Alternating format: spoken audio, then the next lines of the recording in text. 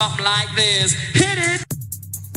The Roger Report live morning show, weekdays at 9 a.m.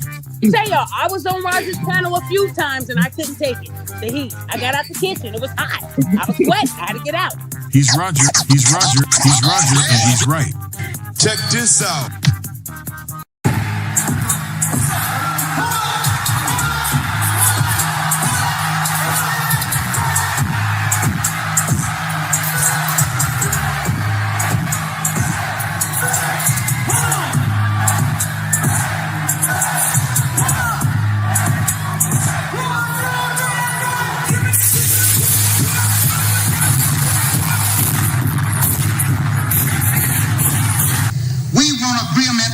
We can live or die. You choose. I have spoken to you a lot of times in hatred and anger, and you have not heard me. Well, you had better hear me today. If you won't listen to me when I make an appeal for the Negroes because you have no concern for the Negroes, listen to me when I make an appeal for America. You claim you love America. Well, we love America. But you are driving us back and you are making a Samson out of us, and we are going to pull down the pillars. And then you think we have no right to ask for something? Is it too much to ask you to grant us human dignity? Should we be put down and shot to death for this request? If so, you can aim your guns. What the hell do you think we care about dying if you're going to deny us the right to live?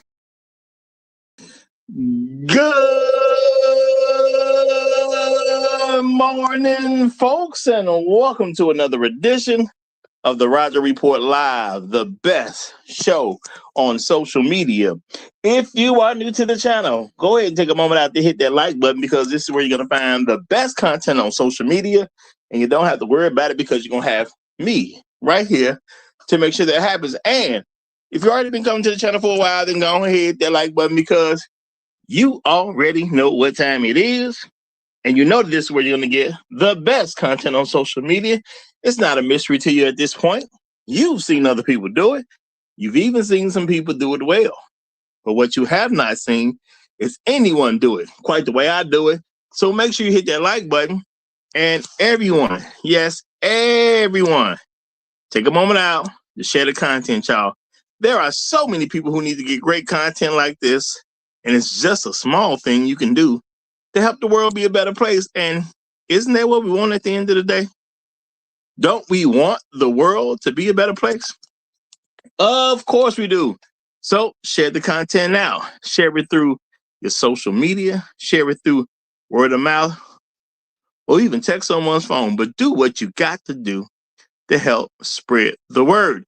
All right, folks, we are back with another, it's going to be interesting edition of the Roger Report Live.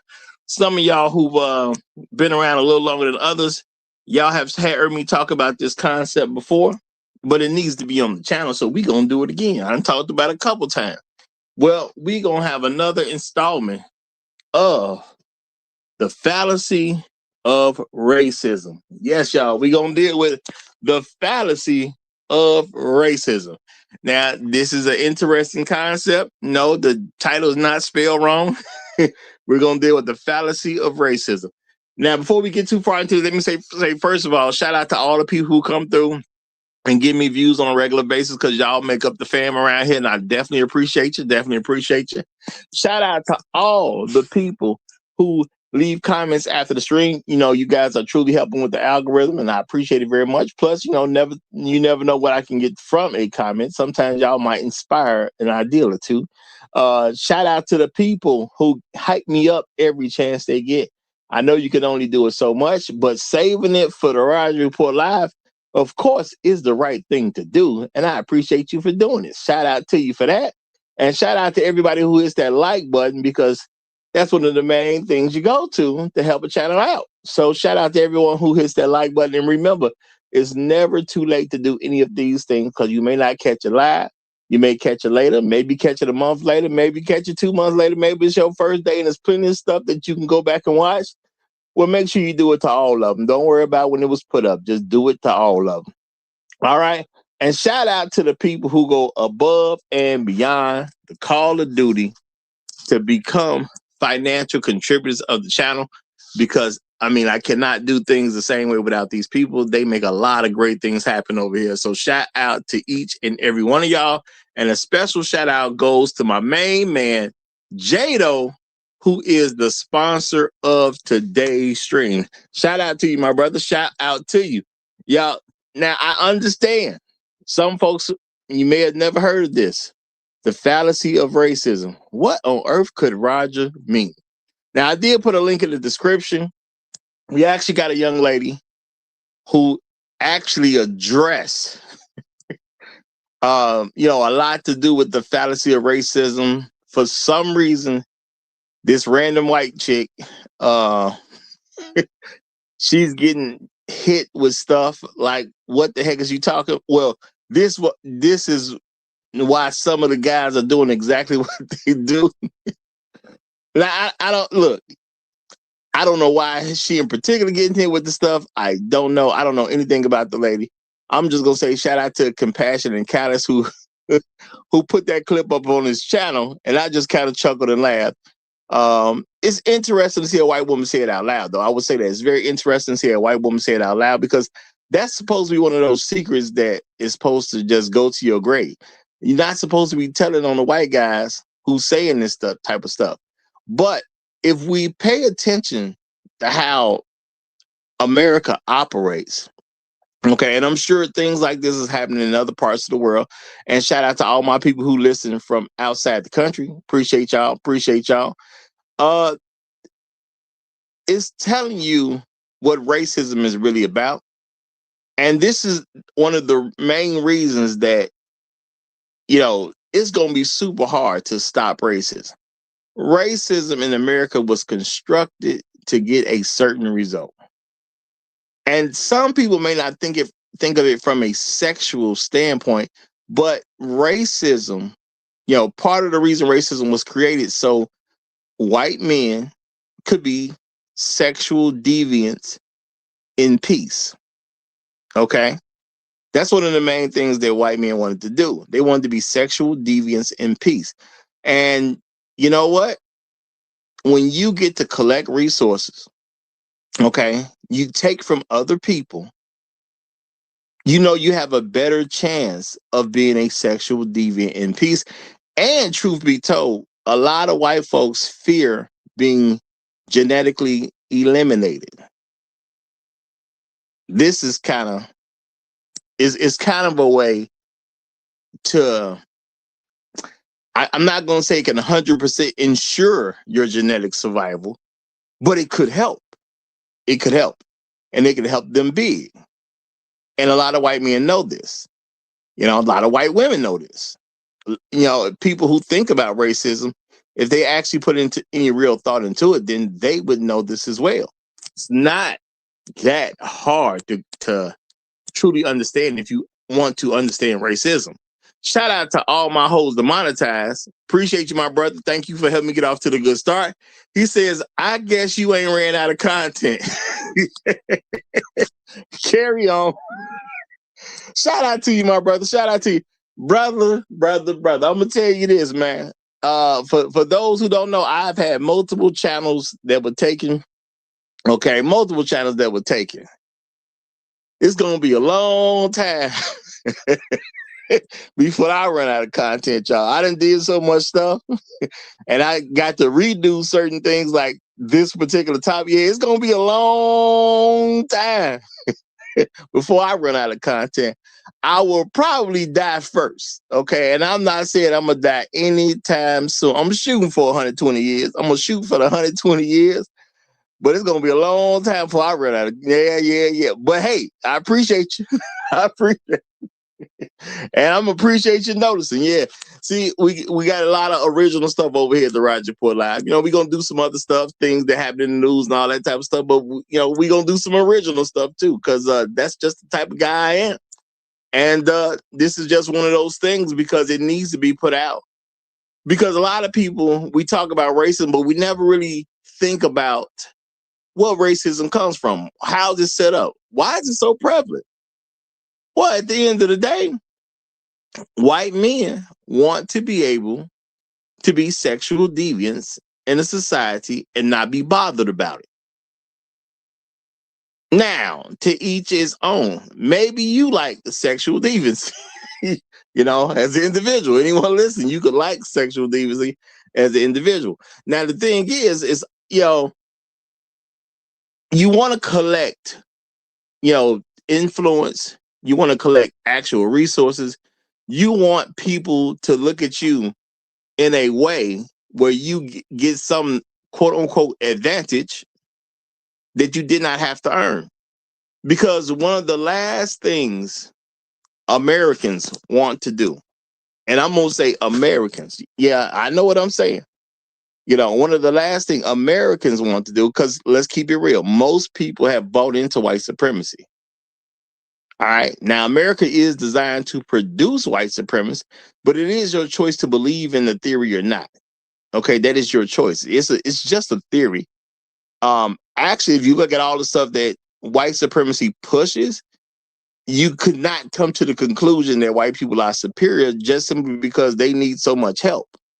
It's an irrational conclusion to come to them being superior, which is why they're going to work so hard to get certain things done, to get certain ideas, to put certain things in school, to indoctrinate people into certain beliefs while they're young children. A lot of work goes into white supremacy. And I think sometimes even black folks got to actually stop and think about how much work goes into white supremacy, because sometimes we sell it short, which would help a white supremacist at the end of the day. If you believe in the theory of white supremacy, it does help you if black people kind of sell short the efforts that people make to get people to convert into a white supremacist or to maintain it. Because again, if you live in America, it's taught to people from childhood. The average person will learn to be a white supremacist from childhood. It just is what it is. Now, the thing is, if you were, and y'all got to think about it from a human standpoint too, because I do get it. If I was a white person, okay, see, I know how to put myself in somebody else's shoes sometimes. If I was a white person, would I want a fair competition with other groups of people, especially when you include black people? Now, we've had FBAs in this country since before the country's inception. Now, you gotta be serious about this. You think about it, y'all. You're a white person that came up. You're a young white man or a young white girl. All right. America has now been established as America that we know it today. All right. And that happened in 1776. Okay. Now, it's a lot of stuff that was going on way before 1776. Okay. But even if you say 1776, when America was established as the country it is today, you're a white person growing up in this world. All right. Slavery is still very much legal at this particular time. How do you grow up and you look at slaves who are performing duties that you basically couldn't even physically do, and you actually come to a conclusion that people who can do stuff that you cannot are somehow inferior to you? See, that's not a natural thought. It's not a natural thought at all. You don't look at people who can do stuff that you can't and somehow come to a conclusion that the people who can do things you cannot are inferior to you. It's not even natural. So once you really start peeping game as a young man or a young woman, you know what? You got to roll with the system. And you know what? I do apologize. Y'all. I do apologize. You know what I didn't do? And my bad, y'all. My bad. I didn't do it. Shout out to Trail Bentley for getting me right on course. I did not say shout out to the people who started with me, because when you start a show, y'all, it's always great to see you got a few people rocking with you. And y'all know how it go. The person over here, the first one, the person who's showing they are true, they true supporter of the Roger Report Live is what we like to call around these parts the Highlander of today's stream. Shout out to my main man who's done it again. Shout out to this brother who's done it again. My main man, Trail Bentley, came through representing as he always does with another Highlander of today's stream. Hashtag long live habitual line steppers. Hashtag Negroes in the wilderness. Hashtag dignity over vagina. Hashtag Al Gore's babies.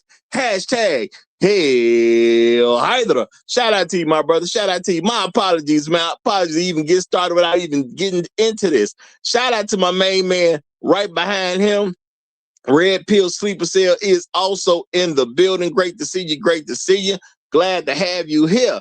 We got the main man who cook up stuff around here. Chef Mike's Roundtable is in the building. So shout out to him and the pit crew. Mr. Suge to you also. Shout out to J-Dub. Glad to have you here. Glad to have you here. We got Music Man 1982 in the building. What's good, my brother? What's good? I'm listening. Salute to you, my brother. Salute to Luke. Great to see you. Shout out to Bronk.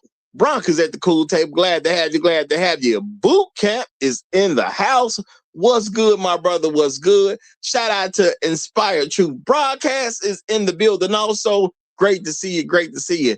Afro Merchant is at the cool table. Good to have you. Good to have you, my brother. And shout out to Mr. T. Collins. Glad to have you as well, my brother. Glad to have you as well.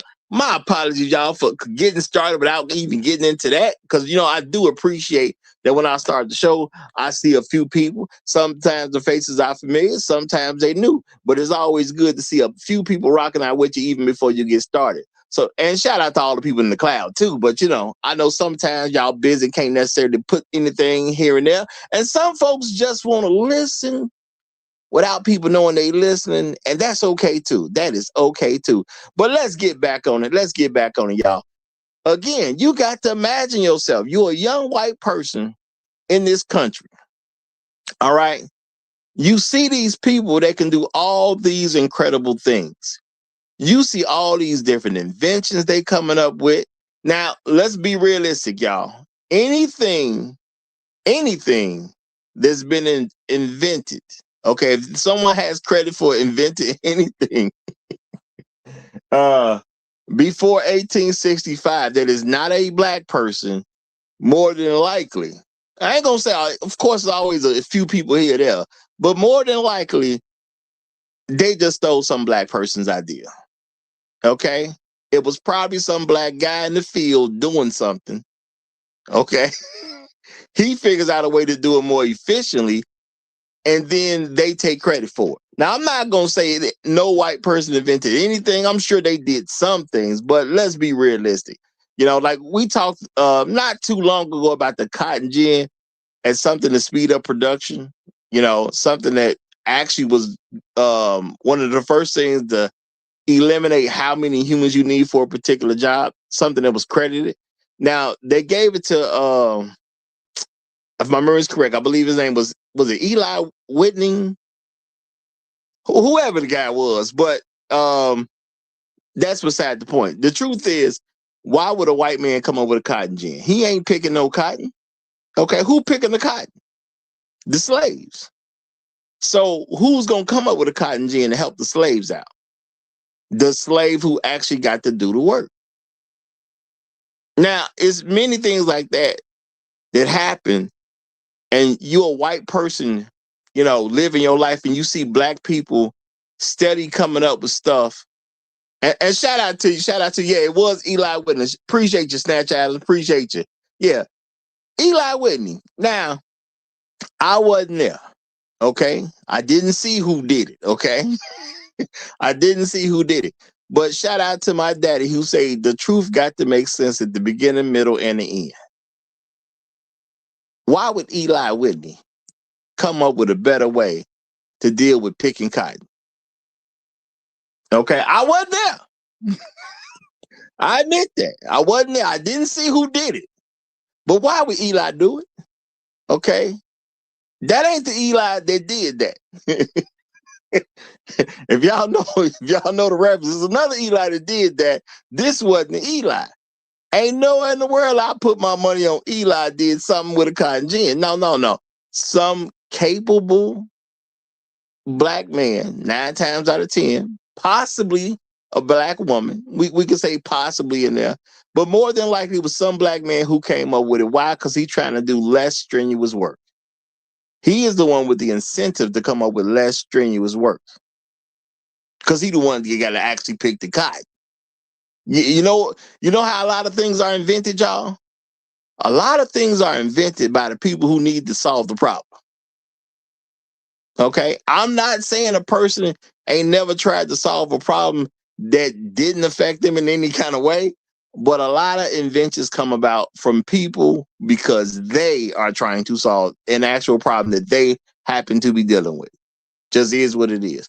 So you tell me somebody got a patent and, it's before 1865. I ain't really, come on now. That whole registry is shady, okay? Anything I'm not saying after 1865 ain't shady, but I'm saying pre-1865 is just automatically shady. Okay, real talk. It's just automatically shady. So if you're a white person, okay, if you're a white person and you coming up in the world, you see black people inventing things, creating things, okay, implementing things that just seem too much for your white brain to handle. You cannot see those people as inferior. It has to be taught to you. Now, everyone has the right to believe what they want to. And even if you don't believe, sometimes you got to go along to get along, as they say. Now, white men had the idea, I need to control things because if I don't control things, I'm going to get blown out the water. It's that simple at the end of the day. I'm going to get blown out the water. It's not a if I'm going to lose my edge. No. They know they're going to lose their edge. So they had to come up with stuff. And you had to keep women interested in you. See, this is one part of the fallacy of racism. You have to keep women interested in you. So yes, there are going to be white men who going to still try to keep it somewhat private. Or, it's not like this is a non-white woman, who created a post giving some of the inside scoop of how white men are dealing with racism. Okay. Now, I do understand, there is a medical condition. I have no idea where it came from. I ain't never really researched it, but I have heard of people with a micro penis. I know it can happen. Okay. I know it can happen. I know it's a real thing out there. All right. Now, as a black man, we have our reputation, and the reputation don't, most people who think about black men's reputation when it comes to a phallus don't feel bad about it. Okay, let's just keep that real. We don't necessarily feel bad about our reputation from a phallus standpoint. But if you're a white man, you walking around with a micro penis, that's an interesting thing to have to deal with. Because if you're a normal human being, you're going to like, if you're a male, you're going to grow up and you're going to like women. It's that simple. If you're a normal, regular, everyday white man, okay, at some point in time in your life, you're going to start liking girls. Just is what it is. Probably going to happen when you're a kid, but you're going to like girls. Now, if you got a micro penis, that's a whole other thing to have to deal with. Not only do you got to deal with the fact that it's other white men who don't have a micro penis, they just got a regular penis, okay? Now, I remember, I don't even remember why, but I think something was something I had to study in school, and it said that the average penis, if I remember correctly, is 5.75. I think it was 5.75 inches. That's an average penis. Okay. Now, when you think about average penis size, you're talking about a whole lot of white folks involved in that. All right. And it's a lot of black men, when they think about a 5.75 penis, y'all like, whoa, so where that average come from? Because that means everybody involved was not 5.75. Now, a lot of black men, they're going to be good with that. They're going to be good with that. We're going to keep it real. Most black men, 5.75, that's it? We're going to say stuff like that. 5.75, that's it? Now, you, as a white person, are trying to maintain influence. You're trying to maintain power. But a lot of guys got a penis that's smaller than 5.75. Because if that's the average, there's a lot smaller than 5.75. And y'all, I'm not saying this to make fun of any particular person. You know, if there's somebody who hears this and you kind of caught up in well, you wasn't as blessed in that area. Hey, different people get blessed in different situations. Okay. It is what it is. I don't have nothing to do with that. Okay. So I didn't create you. Okay. Different people get caught up in different situations, but I'm trying to be realistic. You know, when the black male reputation, when you say 5.75 as an average, most black guys gonna be like, that's it? Wow. Okay. And we're gonna keep it moving. Because it ain't going to be a disturbing thing to us. But y'all, you got to think about it from this white person's point of view. You grew up, you a white guy. You grew up. You some white guy named Timothy. You're growing up in America, right? Your people trying to teach you power and influence. Okay? You supposed to be able to get white women, and you supposed to be the it factor when it comes to you're supposed to be the it factor when it comes to women, because you got to, you got to have a family. You got to make some white kids one day. You got to make some white kids one day. You can't push the white supremacist thing without making some white kids at some particular point in time. But now you also got to keep a woman interested in you. Okay? During slavery, sure, this is probably a lot easier for the average white guy to do. Because at least during slavery, they had some type of power that they could exercise in some kind of way that a woman can say, oh, look what he can do. Now, with slavery being removed from the table, you don't really get that as much. Okay. Shout out to Hot Sauce. He said that pig looked like gay porn. You know what, brother? I just go and I find pics sometime. I had to do a show. I didn't have time I was going to actually have Compassion and Kindness do something for this, but I forgot to send it to him. So it is what it is. So now I'm getting ready to start a show and I realized, I never got the thumbnail prepared. So I had to go find something real quick. This is something I could find. But this particular picture, it does show exactly what white folks are worried about. You got a black man, a chiseled up black man, okay? Even the background, that farm scene, you're going to have guys who thinking about their daughter, their daughter being raised on the farm, okay? And you got this chiseled black man, either on his farm. You can even say he was the help. You could even say he was the help on the farm. You know what I'm saying? Because a white man gonna want to think he's somewhat superior in some kind of way. But even if the white man owned the farm and this was the help, his daughter got to see this chiseled young man come to work, handle his assignments, and you know what's gonna happen? His daughter's gonna see him. And your daughters, you got these little white daughters growing up 12, 13, 14, 15, so on and so forth till they become adult women. And they looking at chiseled black men working out in the sun. Yeah, see, from a white father's perspective, this ain't nothing gay about this. That white father got stuff to think about because he got his lily white daughters running around doing stuff, and that's what they seeing. And a lot of white men, okay, a lot of white men have a huge concern with their daughters being intimately involved with a black man. You know, they understand they're gonna lose some points in their society if people find out their daughter is getting tagged by a black man. Just is what it is. They're gonna lose some points. Because in reality, a lot of white men don't want to have sex behind a black man. It just is what it is. Now, this is America. You are free.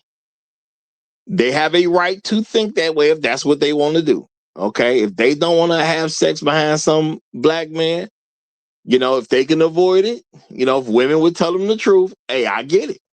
I get it. Y'all, you got to think about it, y'all. There's a group of people who help with that average of 5.75. I'm pretty sure a lot of those people were white. When you think about who kept the average down, okay? You know, I'm not saying every black man, but there's a lot of black men, if they think about it, they're going to question who kept the average down. If the average size of a penis is 5.75, who was keeping the average down? Okay?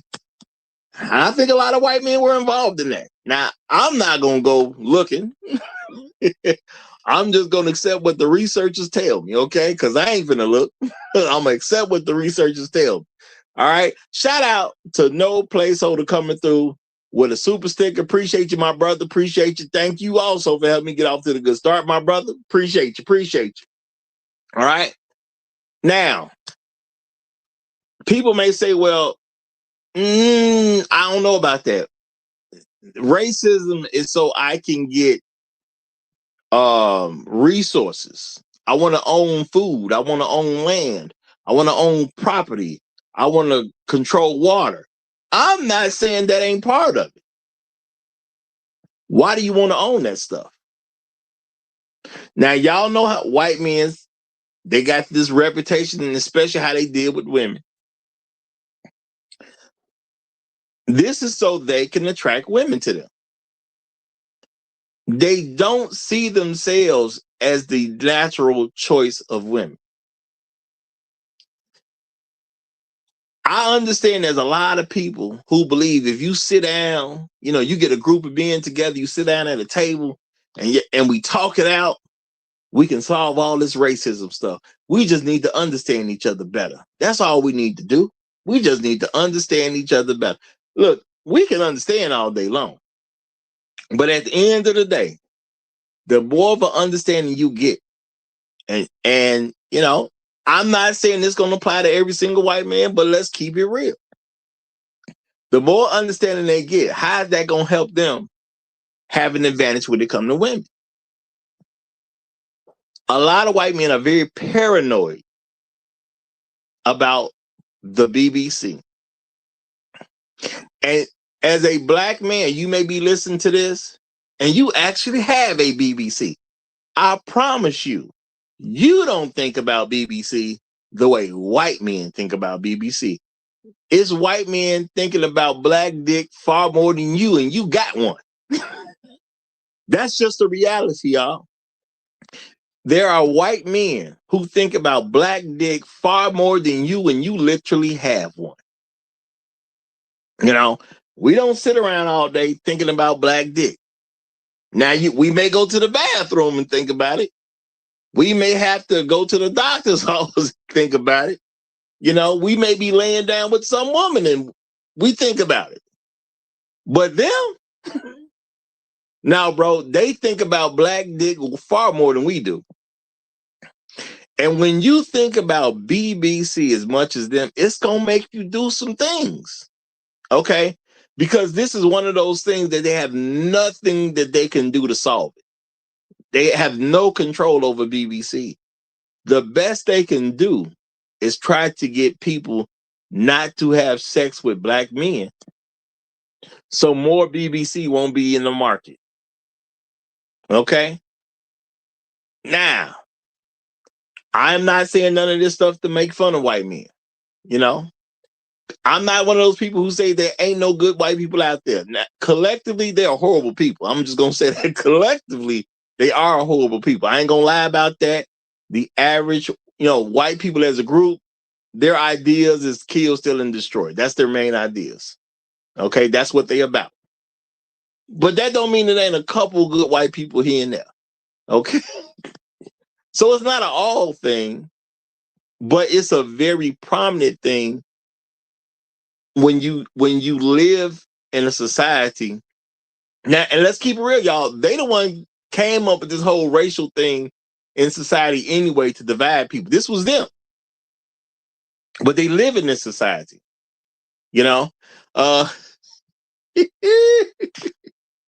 Shout out to Black Guru Strikes.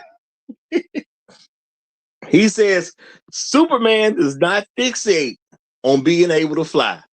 Black Guru. That is a heck of a way to put it. That's a heck of a way to put it. and if for the slow people, he's talking about how the fact that black men ain't worried about BBC, but white men are. Okay, because we the ones that can fly, so we ain't worried about flying. They the ones trying to worry about, what am I going to do because they can fly? And I'm not going to say it's not a legitimate concern. Okay, I'm not going to say it's not a legitimate concern. If I happen to be a white guy with a regular size penis, and regular size, I don't know exactly what that is because I just know the average was 5.75, if I remember correctly. So it's some white guys out there walking around, somebody a 4.25, you know what I'm saying? Somebody out there 4.5, because if the average is 5.75, it's some folks that to black men, we would consider them struggling in those areas. Okay, we consider it struggling. So you do want racism in place. Okay, you do want racism in place. Because how do I get an advantage? I want women too.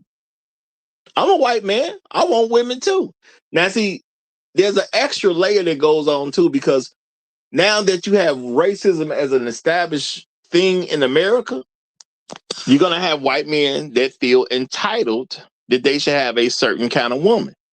And if y'all don't know it, that's actually where the group of men, the incels, that's where they came from. It was white men who had a tougher time competing sexually. And they called themselves involuntarily celibate because they wanted white women that they feel is on a certain level to have sex with them, and they hadn't figured out ways to get the job done. All right. Now, I know a lot of people who don't really look at stuff, they really believe that's like something going on in the black community, but it's not really a thing in the black community. An incel is an involuntary celibate. This started with white folks accepting that I can't get a certain kind of white woman, because it was about white women. Don't think it was about somebody else. It was about white women. They felt that they should be able to get a certain, level of white woman that they had not been able to secure. So they call themselves involuntarily celibate. It's not that they don't want to have sex. They want to have sex with a certain level of white woman that they're having trouble securing the sex experience at this particular time. Those are your actual incels. Now, if you grow up in the world where you're told that you're supposed to be the most advantageous man to be with because you're white, and you've been told that other groups of people are beneath you, if they're Hispanic, they're beneath you. Okay? Let's think about it, y'all.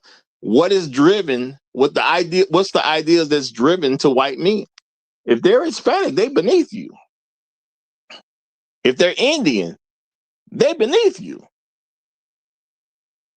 The niggas beneath you, and that goes without saying. Okay? That goes without saying that the niggas beneath you. You Korean? That's beneath you. You're a white man. You don't really want no Korean woman. You don't want no Chinese woman. You know. Now, I'm not saying these things are wrong or right. I'm just saying this is what it is, because this is the ideas of white supremacy. Other groups of people are beneath you. Now, when you buy into that as a young white man, you come up in the game, you feel like the only women that you really should be dealing with is a attractive white woman. And, now you're also dealing in a world where attractive white women have choice. And there are attractive white women who make it an issue that they want to be with a black man. Just is what it is. There's some people who just doing it for natural reasons. There's just people who happen to grow up near each other, or they went to school and they happen to meet each other and they actually just kind of liked each other. And that's all it really was. But you also have people who make it an issue to be with some particular type of person or some particular race of person. Now, I'm going to say, I don't know what to tell white people about this, because y'all made race an issue. Okay. This is like a problem you created for yourself. There's advantages to things, but when you come up with things, you come up with new problems also. Sometimes even when you make solutions, you create new problems. So white people came up with the racism by, racism. We're going to do stuff by color so we can gain certain advantages, but you also created other issues too. And now you have white men that's supposed to be, in their mind, they're supposed to be the dominant group. So why can't they pull the type of women that they believe is worthy of pulling?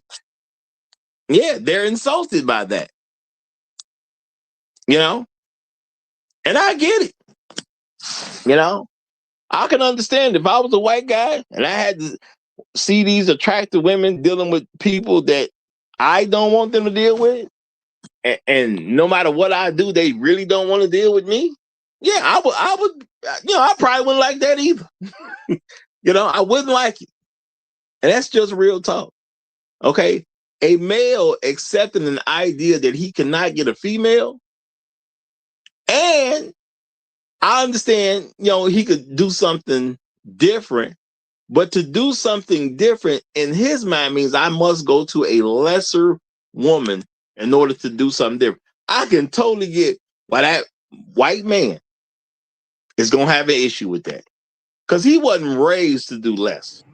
He was raised to be perceived as more and supposedly be able to do more. Now, even though this is not a real thing, it's what they grew up with. And when you grow up with an idea, sometimes it's just hard to let it go. Now, I'm going to pull back real quick because I got a guest. My main man, A.L. Evans, is in the building. So I'm going to go ahead and turn it over to him. A.L., what's going on, my brother? Good morning. Can you hear me? Yes, sir. We hear you loud and clear. Yeah, I just got through watching that little backdrop video with that woman who confessed to the stuff in the DMs, and I've been listening to you. That's a them problem. It's all true, but that's a them problem. They have to find a way to get over their idiosyncrasies and their insecurities.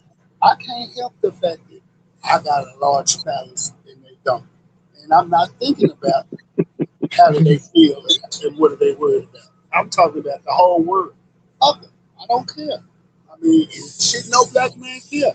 I mean, really, truthfully. But I digress. All right, shout out to you, brother. Shout out to you. Well, I'm gonna say, y'all, and I totally get what you're saying. But it is a big reason that racism exists and racism is gonna be pushed. Because they ain't gonna they can't just get over it. Now, I'm with AL. They should be able to get over it. Look, if you deal with something at some point in time, you should learn to accept what you are. It just is what it is. We all got to accept certain things about ourselves in order to function well in life. Sometimes people have horrible accidents and they got to get over some real stuff. There's some burn victims out there that, have physically really been, really had some destruction to a face, an arm, a leg, some people whole body. At some point in time, they got to get past that in order to live a good life. You got to get past certain things. So AL makes a strong point. But Roger, Go ahead. check it out, Roger. Those two things, the idiosyncrasies and the insecurities that they have, the white male race in general, it makes up their self-esteem, which is always on low. Because when you put those two factors in, and they walking around gloomy faced and frowned up and upset, I mean, on the verge of becoming a mass shooter at any given point, you have to look at these things and think, man, it's something that you got inside of you that you don't want to deal with and cope with. I mean, man, it's like a disease. It really is. I mean, the idiosyncrasies and the insecurities of those men which make up their manhood is so on low. I mean, look at all the things through history that they've done to us, castrated us, burnt us, hung us, all because they kept looking down at our midsection and not looking us in the face. I mean, God, I digress. Well, you know what? It's a tough viewpoint. And I'm trying to even, as I present what I'm presenting today, to kind of, give some of their side. You got to think about this. I'm trained that I'm supposed to be the most dominant man. And I got to look at them niggas. Okay, this is my white perspective, y'all. I'm trained to be the most dominant man. But I got to look at them niggas. Them niggas, a lot of them, they taller than me. They seem to be stronger than me. They go to the gym. They seem to be cut up better than me. Whatever a particular person does, they gotta watch that nigga do it better. You got to think about this stuff, y'all. Let's say you one of the white guys that can sing. Well, you're gonna see a lot of black men who sing better than you.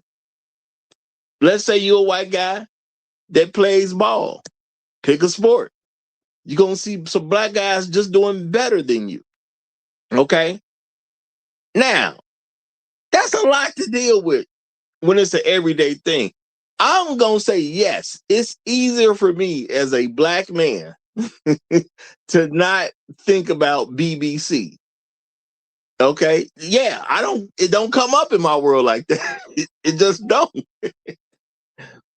But if I was a white man surrounded by all this BBC that's allowed to go anywhere now, we don't even got segregation no more. Them niggas could move in next door. Now, how would you like to be, let's say a 35-year-old white man, okay? You trying to, build your life together. You got this young lady that's going to grow up. Next thing you know, the neighbors are moving in. It's a handsome brother. He got his beautiful black wife. They got 3 sons. Now, what you think going to happen? Okay? Now, you're a white man. You had a daughter. You had a daughter at 25. She 10 now. Okay, you're a 35-year-old white man. Number one, you got to worry about your wife, because now your neighbor's this handsome black man. Okay, he got 3 sons over there. Depending upon the, what I'm saying, but depending upon the age of the people, those are more threats. Okay, a lot of stuff you got to concern yourself with as a white man, and you got a 10-year-old daughter that you expect is going to eventually be attracted to that black man. Or equals he got to pack up and move. Equals he got to pack up and move. A black family with three black young sons, and you over there looking at this with your little 10-year-old white daughter. Oh no, I'm moving. That's what white flight. That's what that's going to happen. They white flight because of reasons like that. All right. And I got another guest backstage. I'm gonna bring you up very shortly. So get ready, my brother. Get ready. And he got this white man. He's 35. He got this 10-year-old girl, and now his neighbor's some handsome black man with 3 young handsome sons, and he got a 10-year-old. Okay. Now at 10, maybe not that big a deal. But yeah, it's starting to be a big deal because, 11, 12, 13 right around the corner. Puberty start kicking in. She going to start liking boys. Boom, now she going to fixate on some black boy. Oh, this is trouble. This is trouble. Now, shout out to No Placeholder. Appreciate the super chat. He says, white men. He said, they even treat our women better than we do. Well, yeah, there are white men on record for saying this type of stuff. It does happen. It does happen. And realistically speaking, the average black man probably does treat a white woman better because of how we see women. I'm just going to keep it real. It's probably a very real thing. Now, we got a new guest coming up, y'all. Now, I'm going to cover the screen. Not that I think there's going to be a problem, but I got to be careful. But I believe we got good people coming up. That's what, at least what my feeling is. We'll see if anything changed, but I think we're going to be all right. We have Kenya up right now. Now, Kenya, you're new here, so I know you may not be informed of the rules, but I'm going to allow you to make a 2-minute opening statement. After you make your opening statement, I'm going to go over just the general rules for new people. But go ahead. You have the mic. You got 2 minutes. Say whatever you like on the subject. Okay, how you doing, sir? I just want to pretty much piggyback on what you and the last caller was saying about white boys and their insecurities with their fallacies. And it's true, because I done had conversations at my job with white guys. I said the reason why, see what's wrong with y'all? Y'all got to stop watching. Y'all watch too much porn. See, at one time when Ghetto Gaggles was out, these white boys were making fun of us, talking about, yeah, look how we doing your woman. And now you got these sites out there called Blackened. You got all these websites with these brothers out there. And these white boys get upset that they see women that they want and can't have and loving to be destroyed by these black men. I'm talking about loving it. You hear what I'm saying, brother? So that's why if you be flipping through your social media sometime, you'll see white boys come on there, the addiction of porn. We gotta start watching porn. We gotta start, because it's messing they son, it's messing them up in the mind. You know what I'm saying? It's winning over their daughters and it's messing their sons up in the mind when they see that black man with that white woman. And she loving it. That's a strong Go ahead statement. and build on that for me, brother. That's a strong statement, but you know what? That's a real issue. Porn is just a whole other issue. Yeah, can you hear me? You can't hear? Yeah, porn is definitely creating other issues. I guess he's having some problems hearing. Y'all. I'm gonna try to tell him in the private chat. But he makes a point. All right. Porn is just another thing that can create other issues going on. Okay. Now, some people put a whole lot in the porn, some people put a little bit in the porn. Okay. Now, I can't control what some people gonna do in their mind with porn. I can't control that. All right. It is what it is. Nothing I can do about it. Now, but let me state these rules again real quick, y'all. Okay, in case any more new people want to pop up. Rules of engagement for the Rivalry Report Live. Number 1, no talking over the host. Number 2, stick to the subject of the show.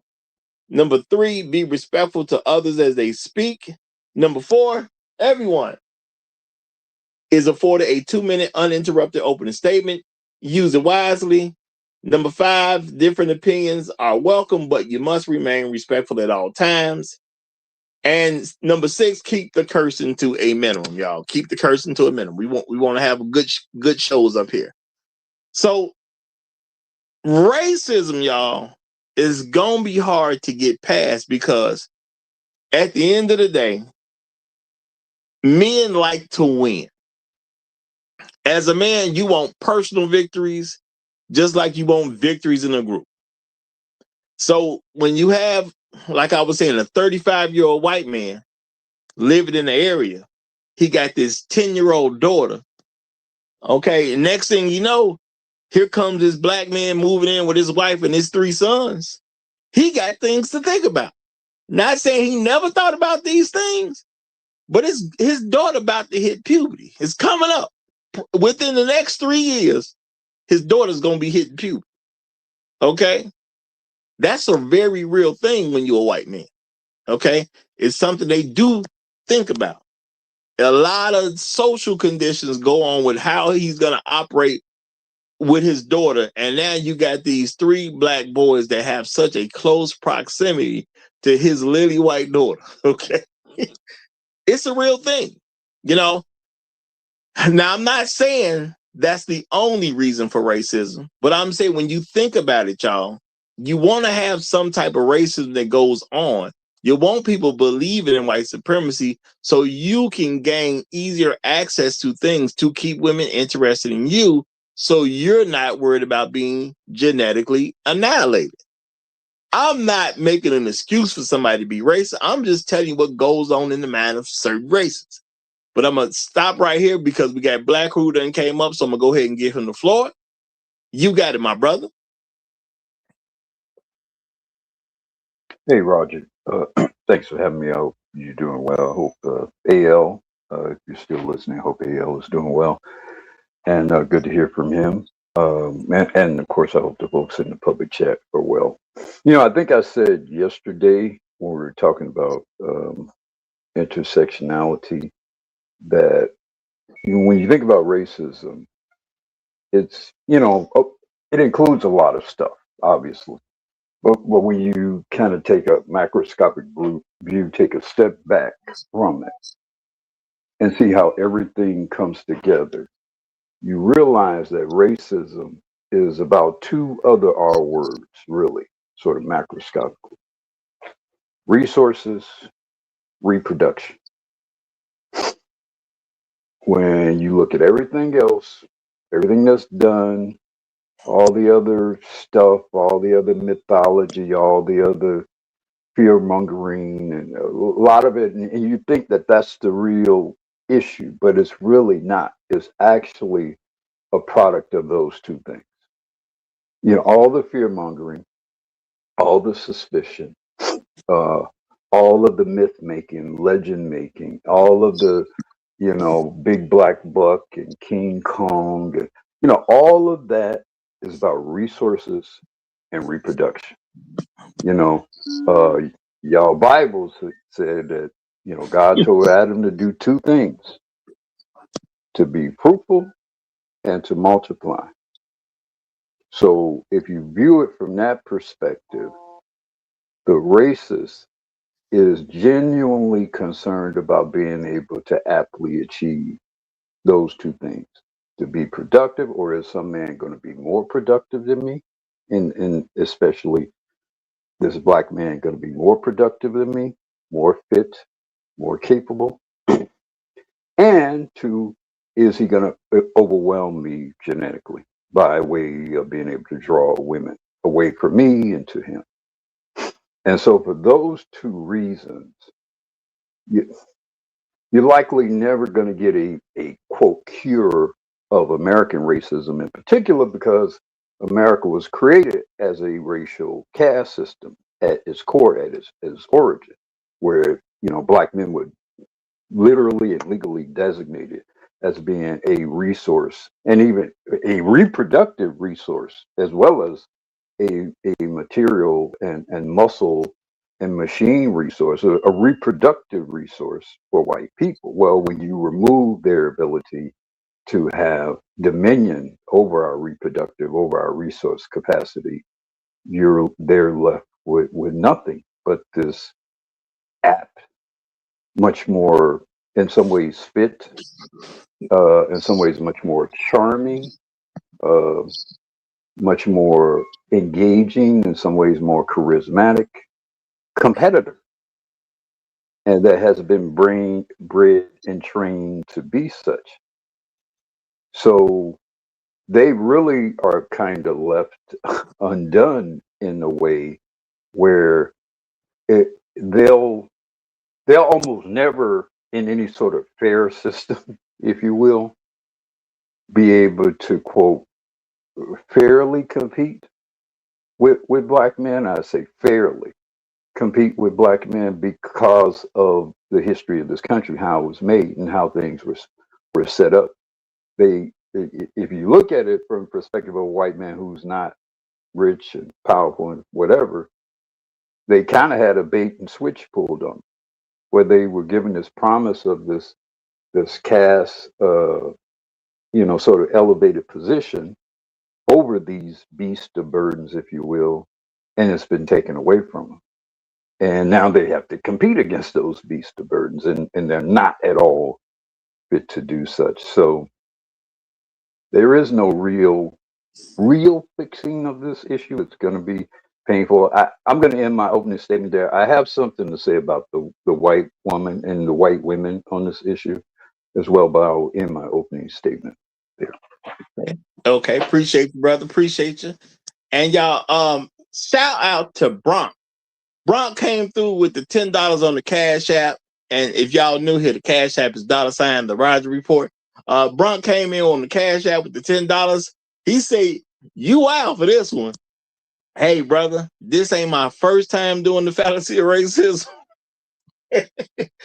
God help me, it won't be my last time doing the Phallicy of Racism.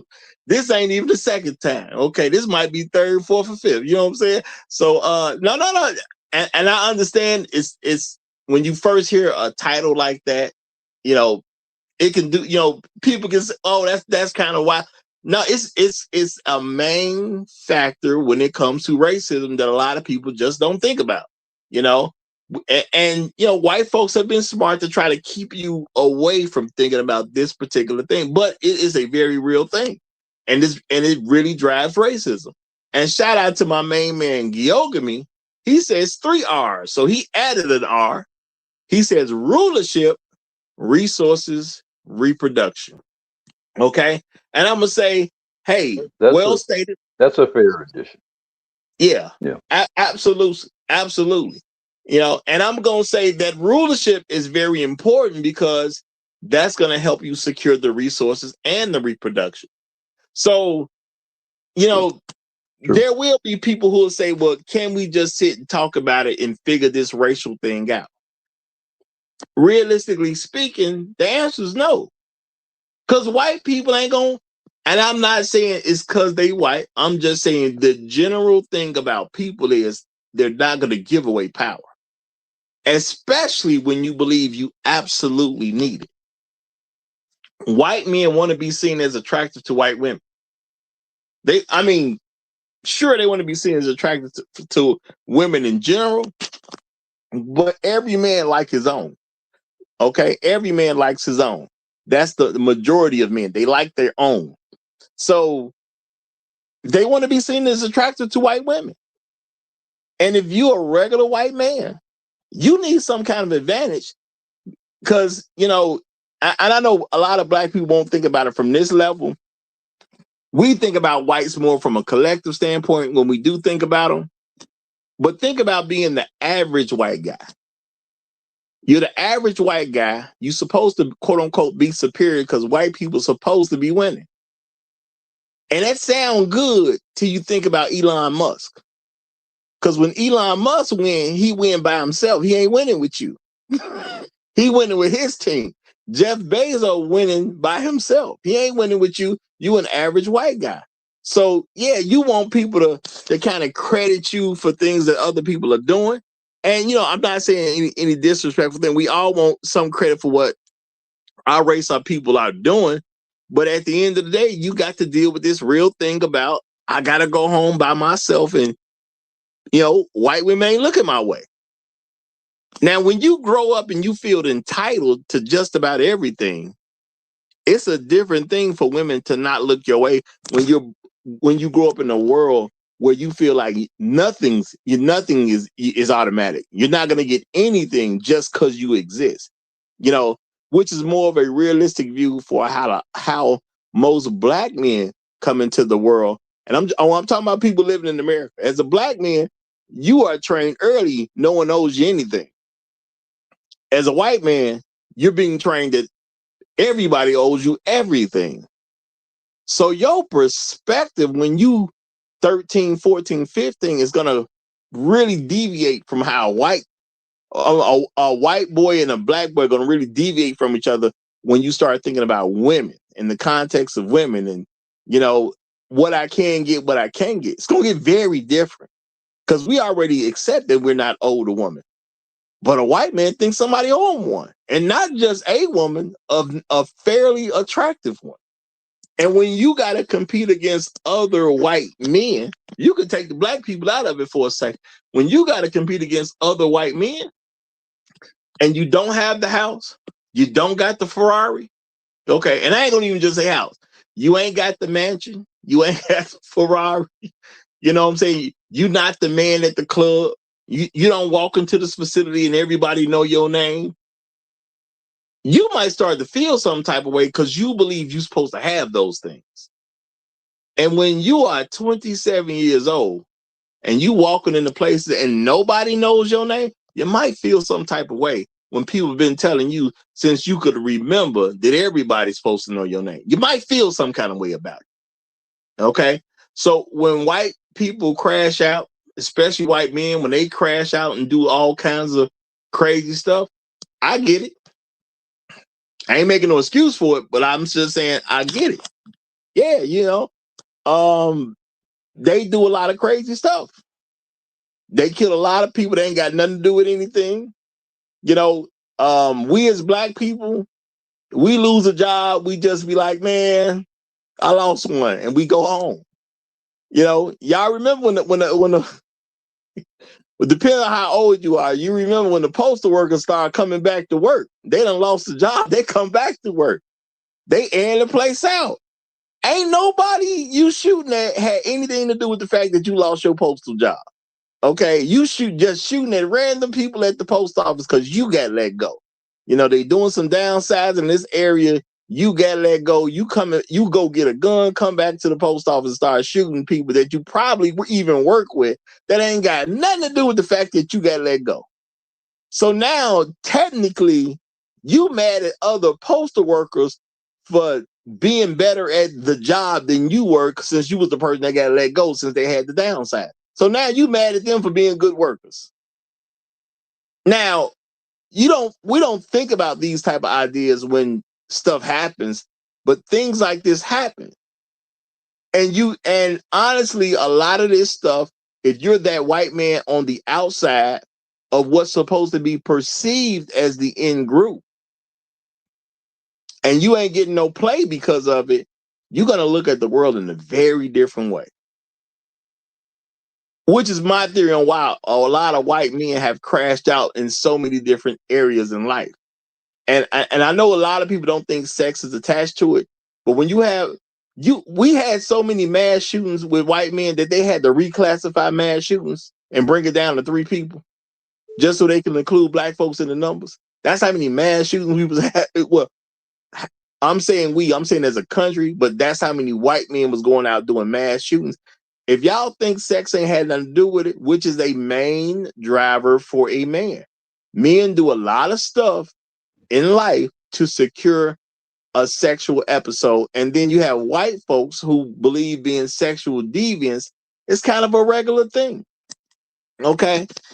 And I'm gonna say I'm talking reputation. I attribute a lot of white sexual deviancy with their sense of lack of potency.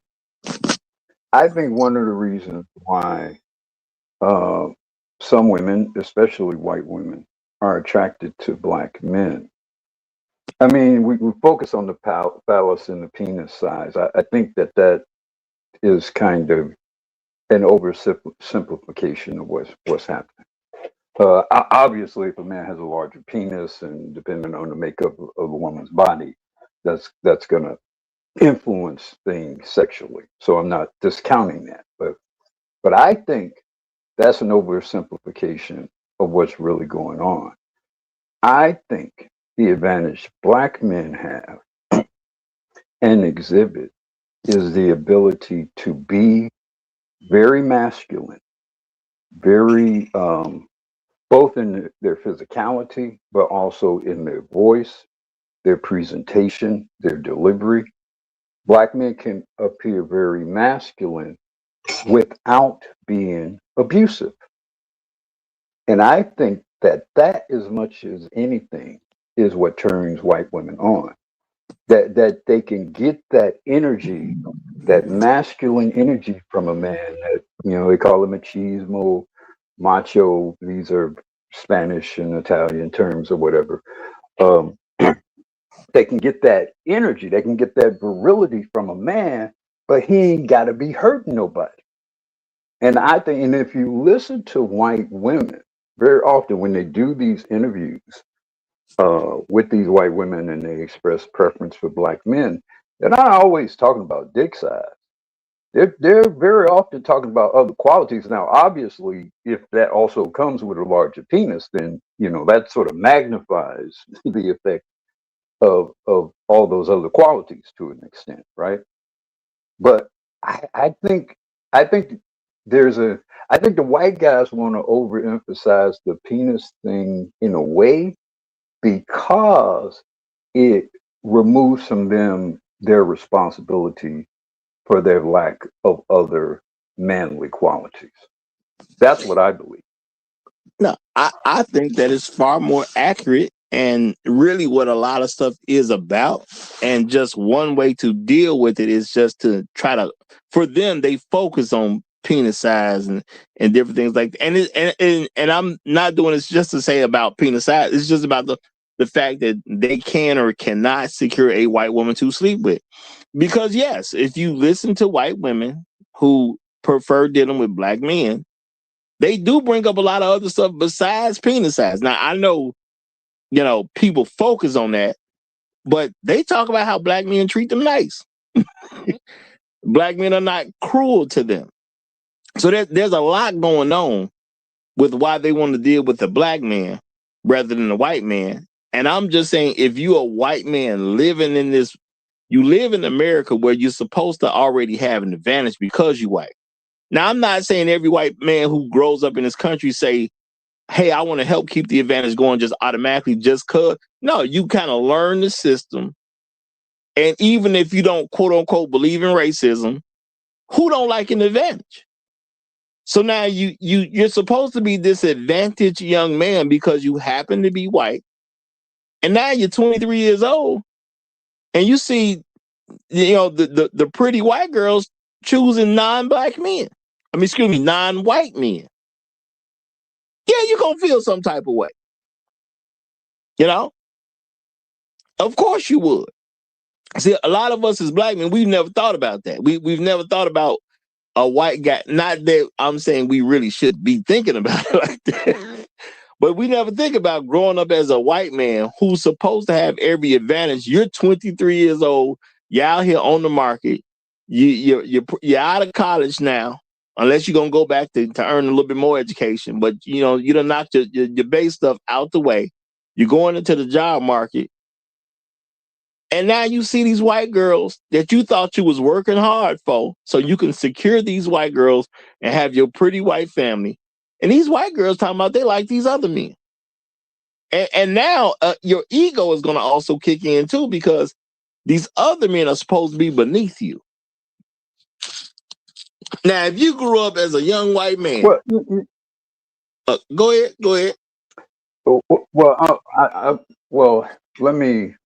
I will say this, depending. Look, I remember when my daughters were in high school, and my younger daughter in particular, she was in high school and she attended a mostly white school. It was about 20 something percent black, so it wasn't white, but it was majority white, right? And one thing she said that this is over 10 years ago, well over 10 years ago. And she said the white guys would very casually admit to feeling inferior to the black guys. There weren't a lot of black guys at her school. There were more black girls at her school than black boys. Weren't a lot of black guys at her school. They pretty much ran the joint. They were doing everybody. They had whole little harems going on at that school. And it was so bad that, I guess from the perspective of a white guy, that they were just undone by how blatantly the white girls were submitting themselves in very sort of public kind of ways, very kind of in somewhat gauche ways to these black dudes. Um, and it was a weird kind of thing where, these guys, they're, I guess, superior to us, et cetera, whatever, and there's nothing we can do about it. So this phenomenon that you're describing, this, depending on what environment you're in, maybe how integrated or whatever, this starts much earlier than some guy just getting in the world and seeing that the black guys have, some white guys becoming an adult person and seeing that black guys got the advantage. Like I said, I see it. I saw it middle school, high school. You know, we have an environment that breeds black males to be more interesting people than other people. The environment breeds that, trains that, requires that, requires you to be more socially adept, more charismatic, more engaging, more a little more depth and a little more energy and a little more soul, if you will, to the way you do things. That turns women on. That turns girls on. And the white guys, they don't have anything to compete with that. That's why hip hop was able to wholly take over everything the last 30 odd years. They had nothing to compete. Rock couldn't compete against hip hop. Hip hop ran rock out of cultural America. If you're 40 something years old, you think back at how dominant rock and roll music is. You don't even think about rock and roll music now. Hip hop has totally usurped that. And that was the cultural power of black men dominating the cultural power of white men. And it's just filtered down in all other aspects of our lives. Yeah. And I'm going to just say, I think when you're about 23, you can't really avoid it at that particular time. I think it starts at puberty. That's what I really believe. Once you hit puberty, you start to see different things about the world, and you start to get a taste of it. Then It does not start at puberty. It does not start at puberty. Little white girls, watch them. Go to a playground. Go to a preschool or whatever. You'll see little white girls grabbing onto little 5-year-old black boys. You'll see that specifically. Well, I mean that does happen. I'm saying at the time when as a person, you start paying attention to certain things, you start caring about certain things. That's what I'm saying. Because I mean you have things like the doll testing. So kids are picking up messages way early. That's very true. I just think they start to care about it once puberty hit. Now it matters to you. That's all I'm saying. We got two other gentlemen up, so I'm gonna go ahead and give the mic to Inspired Truth, and then we'll get Swervy the Destroyer right after that. All right, am I coming in loud and clear? Yes, sir. Oh shoot, I am like choking on something. All right, peace to you, Raj. Peace to the chat. Peace to the panel. Hope everybody's having a great day and being as productive and as peaceful as possible. Oh man, I don't know what to say about this one here. Like, so there's a lot going on in like the background for the most part. I'm in a lot of different groups and a lot of different spaces, and so different things cross my path from time to time.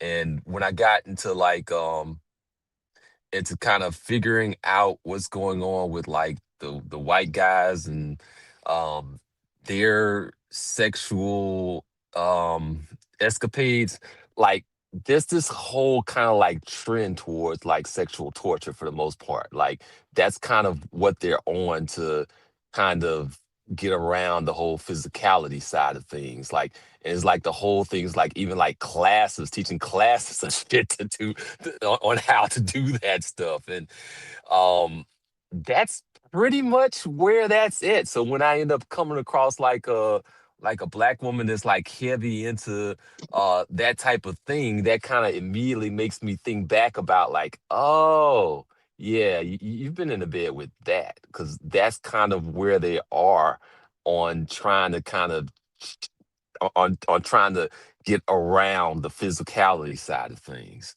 Um, I don't know what to say about it really, but I mean, if it works, it works. We can, and we can always kind of like adapt and do whatever we want to do as well. You can't get around physical at some point in time, but like that's just something that I'm seeing. I'll leave it there. Okay, appreciate you, appreciate you. Swarthy the Destroyer. Am I pronouncing your name correct? Yes, yes. It's a dark age way of saying black. How are you guys doing? I'm doing great. How about yourself? I'm well, thank you. Excuse me, fellas. It's still a little windy in Minnesota right now, and I'm outside with my daughter. So hopefully you guys can hear me well. We hear you well enough. We hear you well enough. You good? A lot of it, the black man is actually trending in a very unique way right now in the earth. You have East Indian women that are willing to leave their culture and accept being disowned by East Indians to be with the black man. Even with his hundreds of years of captivity, he seems to be desired among all the women on the planet from almost every culture. And, it's interesting to see. I'm not to say that it wasn't like that when I was coming up. I was born in '85 and I was in high school. I started high school in 99.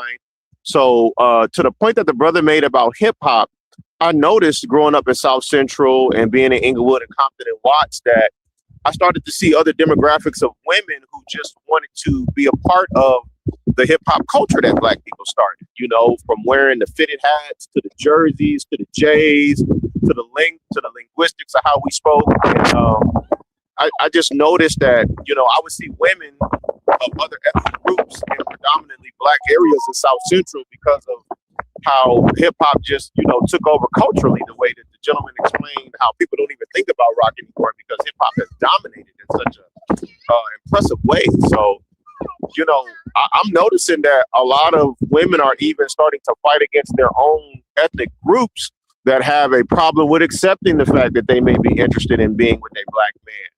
But I've been watching them in the Middle East start to profess they want to start marrying black men. And I guess the only advice I would have for the sisters who have a problem with it or feel some type of way is, instead of bashing the black man or bashing the women of the countries that he goes to, it would probably be in your best interest to adopt some virtuous traits and come back to being ultra feminine, because I don't know a man of any ethnic group who doesn't appreciate a feminine woman that's very virtuous and feminine. Now, obviously, I'm not asking for ancient world femininity or virtue, but bashing them and talking bad about them, these other groups of women are going to make it a point to stick it to you and take your natural born husband away from you. So, I'm noticing, man, that brothers are trending right now on the earth. Yeah, the black man, even without dominating the planet, is still the most desired man among all the daughters of all the different families of the earth. Yeah, it's a unique time we live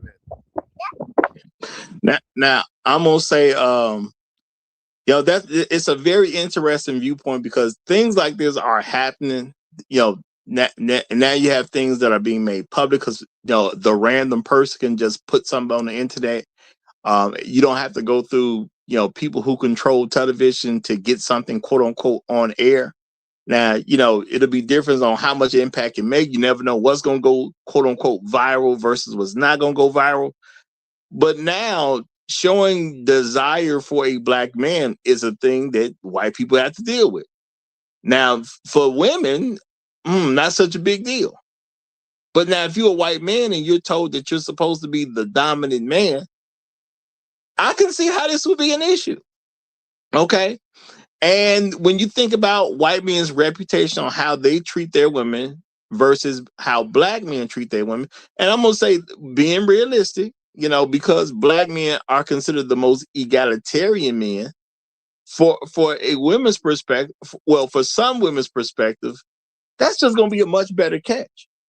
So at the end of the day, when a woman sacrifices all the certain connections she may have to lose to be with a black man, that's a hit to a white man's ego too. There's women willing to leave families behind. There's women willing to leave businesses behind. There's some women willing to leave certain inheritances behind just so they can be with this black man who, perception wise, is just going to treat them better than some white man. Now, how do you have men grow up with that and would ever come to sit to a table and say, let's end racism? That's a hard pill to swallow at the end of the day.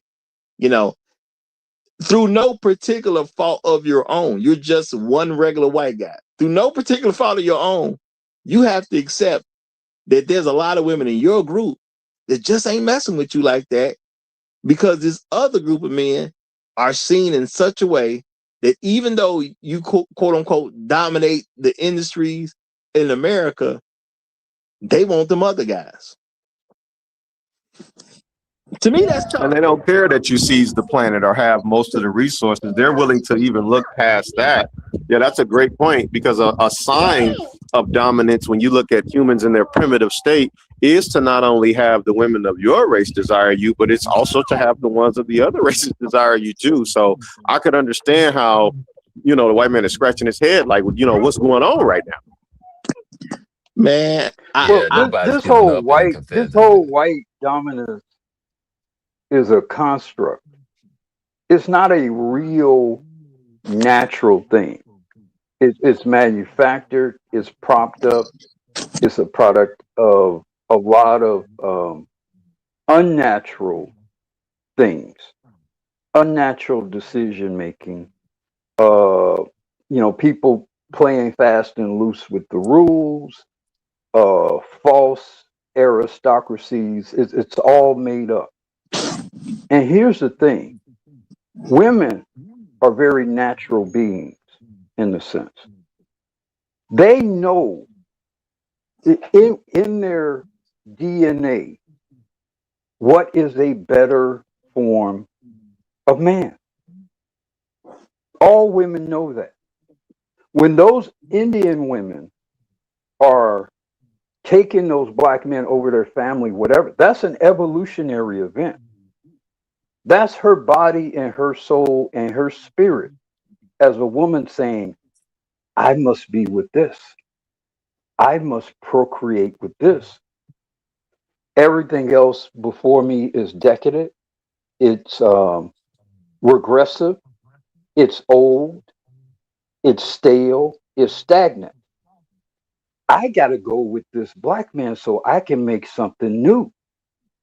Something new for myself, something new with him, something new for the earth. So I got to be with that black man because I'd rather go be with that black man and risk having nothing than just staying where I am and regressing and just dying. So when you have these women going to the, Western and Sub-Saharan Africa are noted to be the most genetically diverse places on earth. There's more genetic diversity in Southern and Western Africa than all the rest of the world combined. The women know that internally. They know the diversity of life is within black men. They know that intuitively. They know that naturally. It's not an educational thing. It's a biological thing. It's an evolutionary thing. So they are responding in a very natural way. Now, unfortunately, you have some people who have been tricked into believing something that they're not, and they're on the ass end of that. It's got to be tough when you the person got to live through it too. It's got to be extremely tough. Shout out to No Placeholder again. Appreciate you, my brother, for the super chat. He says, agree with Uru. White women are insiders and know it's false. Well, see, this is the thing, y'all. When you live in a place like America, where race means so much to so many people, it's on display at all times. Now, there's some good, but there's some bad that come with the fact that it's on display at all times. Shout out to Landon. Appreciate you, Landon. He says black men have a culture of spoiling women, even to our own detriment. Now, I'm gonna say that can be that's true, especially when you start comparing it with white men. That reputation will hurt you from an individual standpoint, because now if you're the white woman who wants to be spoiled, who's more likely to spoil you? Is it going to be the white man or is it going to be the black man? Well, let me go to the black man, because now he's more likely to spoil me. He's more likely to hear me out. He's more likely to consider my feelings. Plus, he got a big old dick I heard a lot about in the streets, and I want to see what's going on with that too. We've been raised and bred in a gynocracy. We've been raised and bred in a gynocracy. Of course, we're going to be more supple to females than other men. That's in our training. Now, there are good aspects to that, and there are bad aspects to that. Now, the problem really isn't how or whether we're supple to women. Problem is what the environment around us encourages, rewards, and punishes. The environment rewards our being particularly vulnerable to women, and strictly and fairly harshly punish us when we're not. So, and that's unique to black men. There are certain things that we cannot do to black women that some Arab American man can do to his Arab American wife.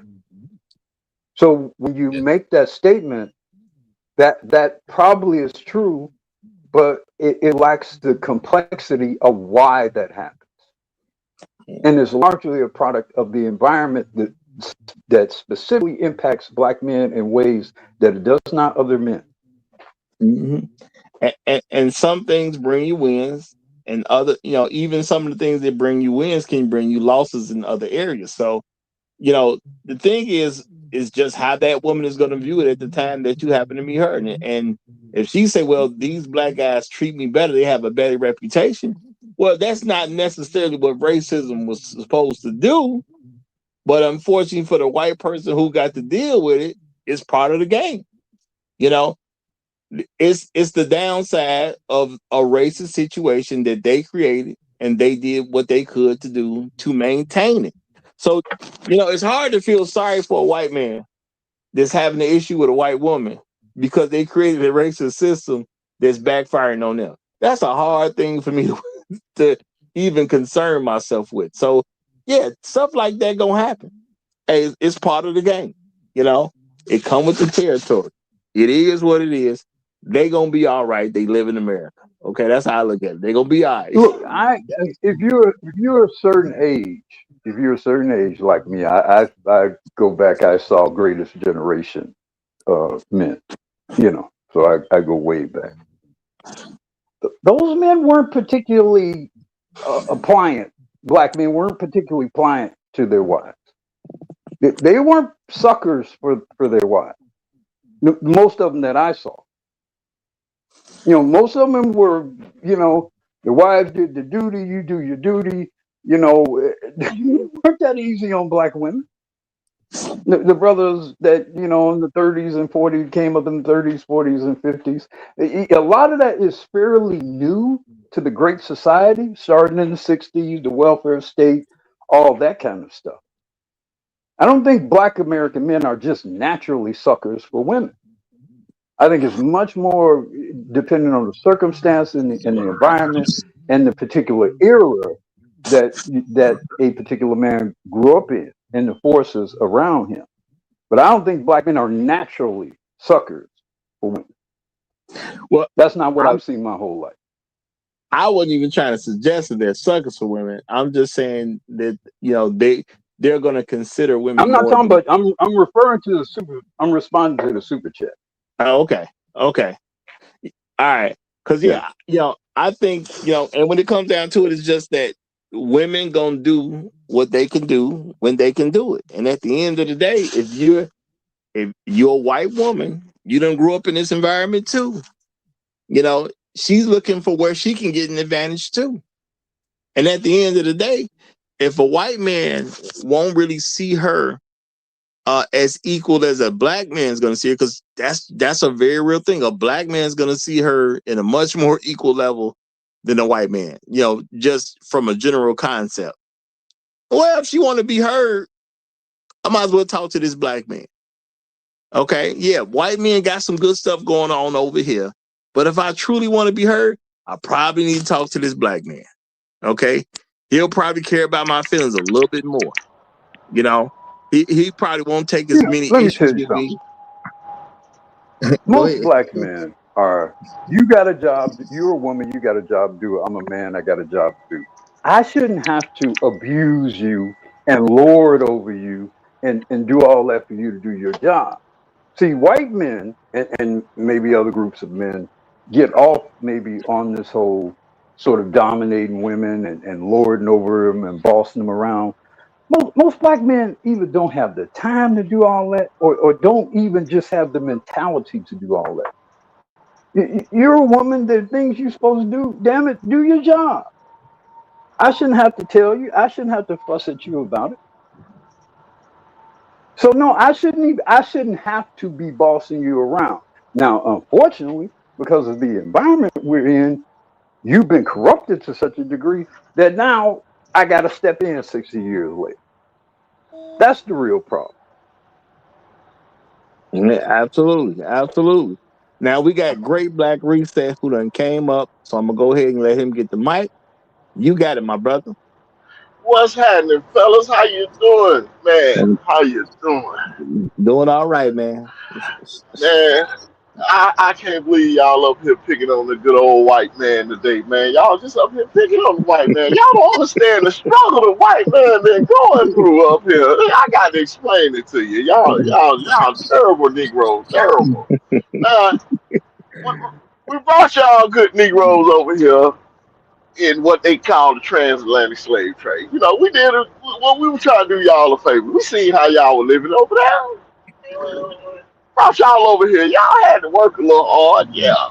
But then, long comes this Negro Jesse Owens, out running us and shit.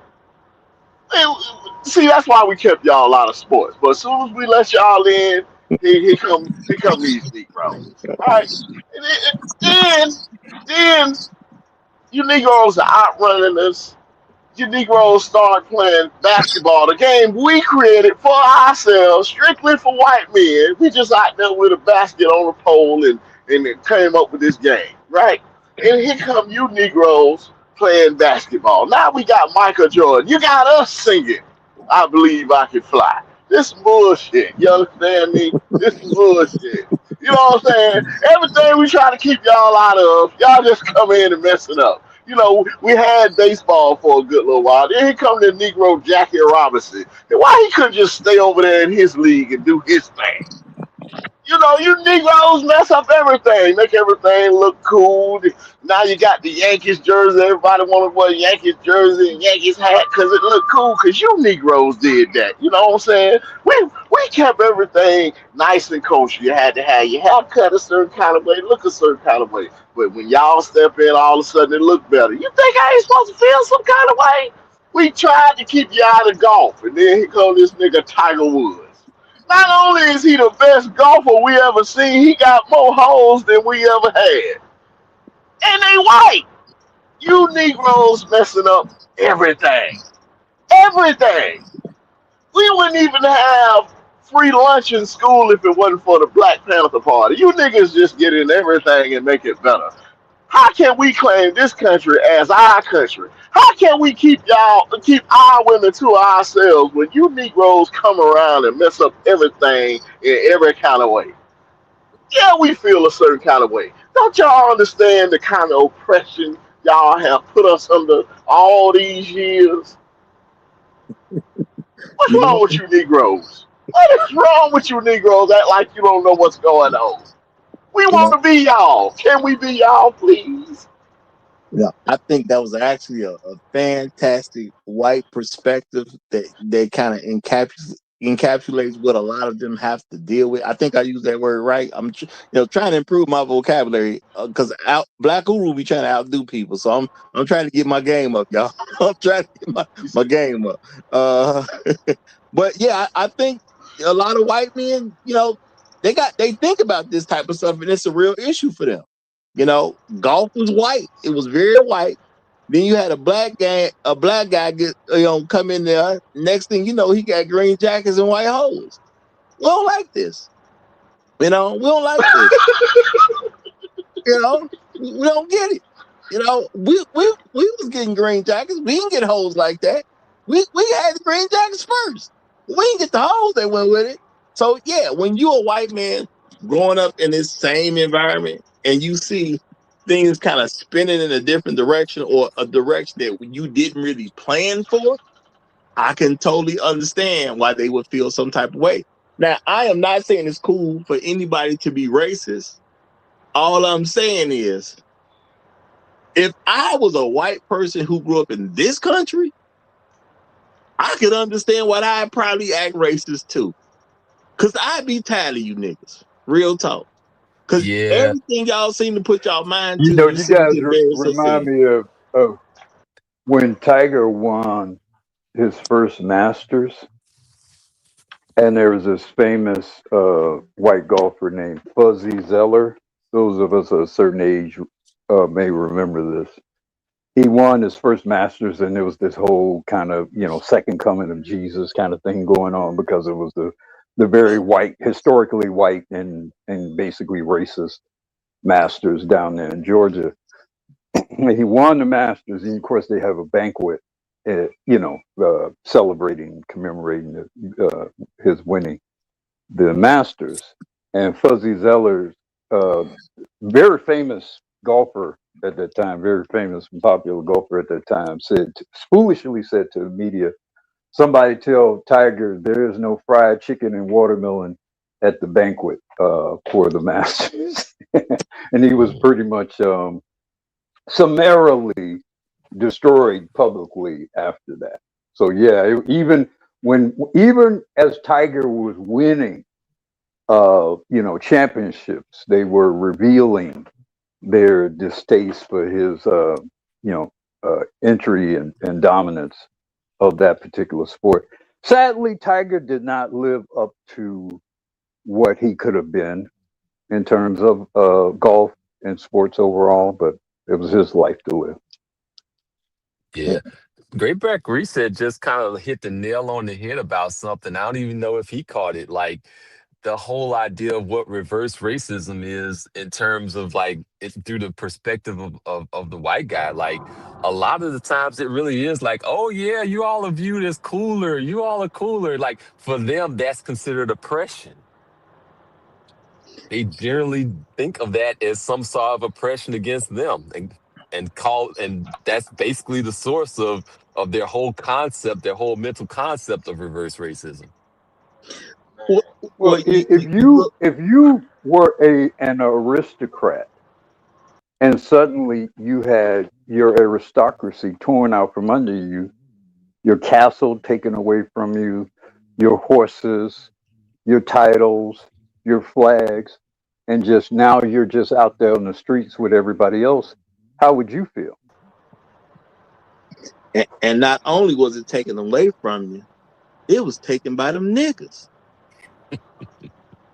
Yeah, and they planted a flag, and they planted their flags in your women. Yeah. Now, y'all, I know this might be hard for some people to conceptualize, but think about it. If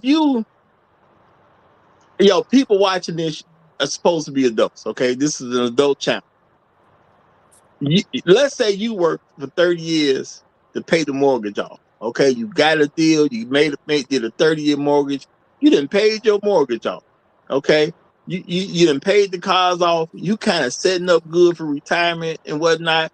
You doing all right in life. Okay, the big bills is out the way, and then some children come to your home and put you out and say thanks for everything. Okay, we appreciate how you put all this together. We like the decor. You got some nice art pieces on the wall. We good with all this stuff. and they put you out, you feel some type of way about that. Especially if you tried to go and legally correct the situation, and then all of a sudden, these people who was supposed to protect you said, nah, bro, that's theirs now. You shouldn't have let them put you out. You feel some type of way. That's probably, and I'm not saying that's the best analogy, but that's probably something like what it is to be a white person who grew up in America and you don't get the advantages that you've been told you're supposed to have. It's probably like some kids taking your home after you done paid a 30-year mortgage on. I think a more apt analogy would be the workers that built the home uh actually paid for all of the lumber and everything else, and you didn't pay the workers, and then eventually one day the workers end up after years the workers end up taking over the house. Like that's a more apt analogy, I think, in my way. I think. Man, I was for a short time. I was at the University of. One second. Shout out to Platform. He says, Black Be That was classic. Nail on the head. Uru always on point.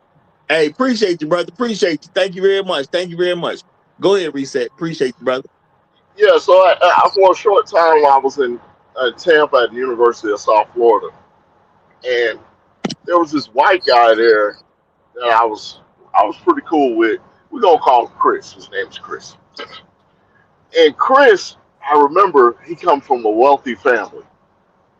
Now in the cafeteria, you have two sides of the cafeteria. There was like a gourmet side and the regular side, and you had availability of food according to what you either got from being a student or if you were able to purchase the access to the gourmet side. Well, he was from a wealthy family, and I remember, man, just hanging out in my dorm room with me and some of my buddies, man. And he came to me one day and he said, "Hey, bro," I said, "What's up, Chris?" He says, man, everybody likes you, bro. Everybody wants to be around you, man. You like the coolest guy, I know on campus, man. Man, can you teach me how to be like that? I say, listen, Chris, I can't teach you, but you can be around. I say, let's make an exchange. You feed me every day, I'm gonna let you hang out every day. Like, bro, this is what it's like for them. This is what it's like for them. And he was real cool. He wasn't a bad looking kid or nothing. He just didn't get it. He was like, I don't even understand.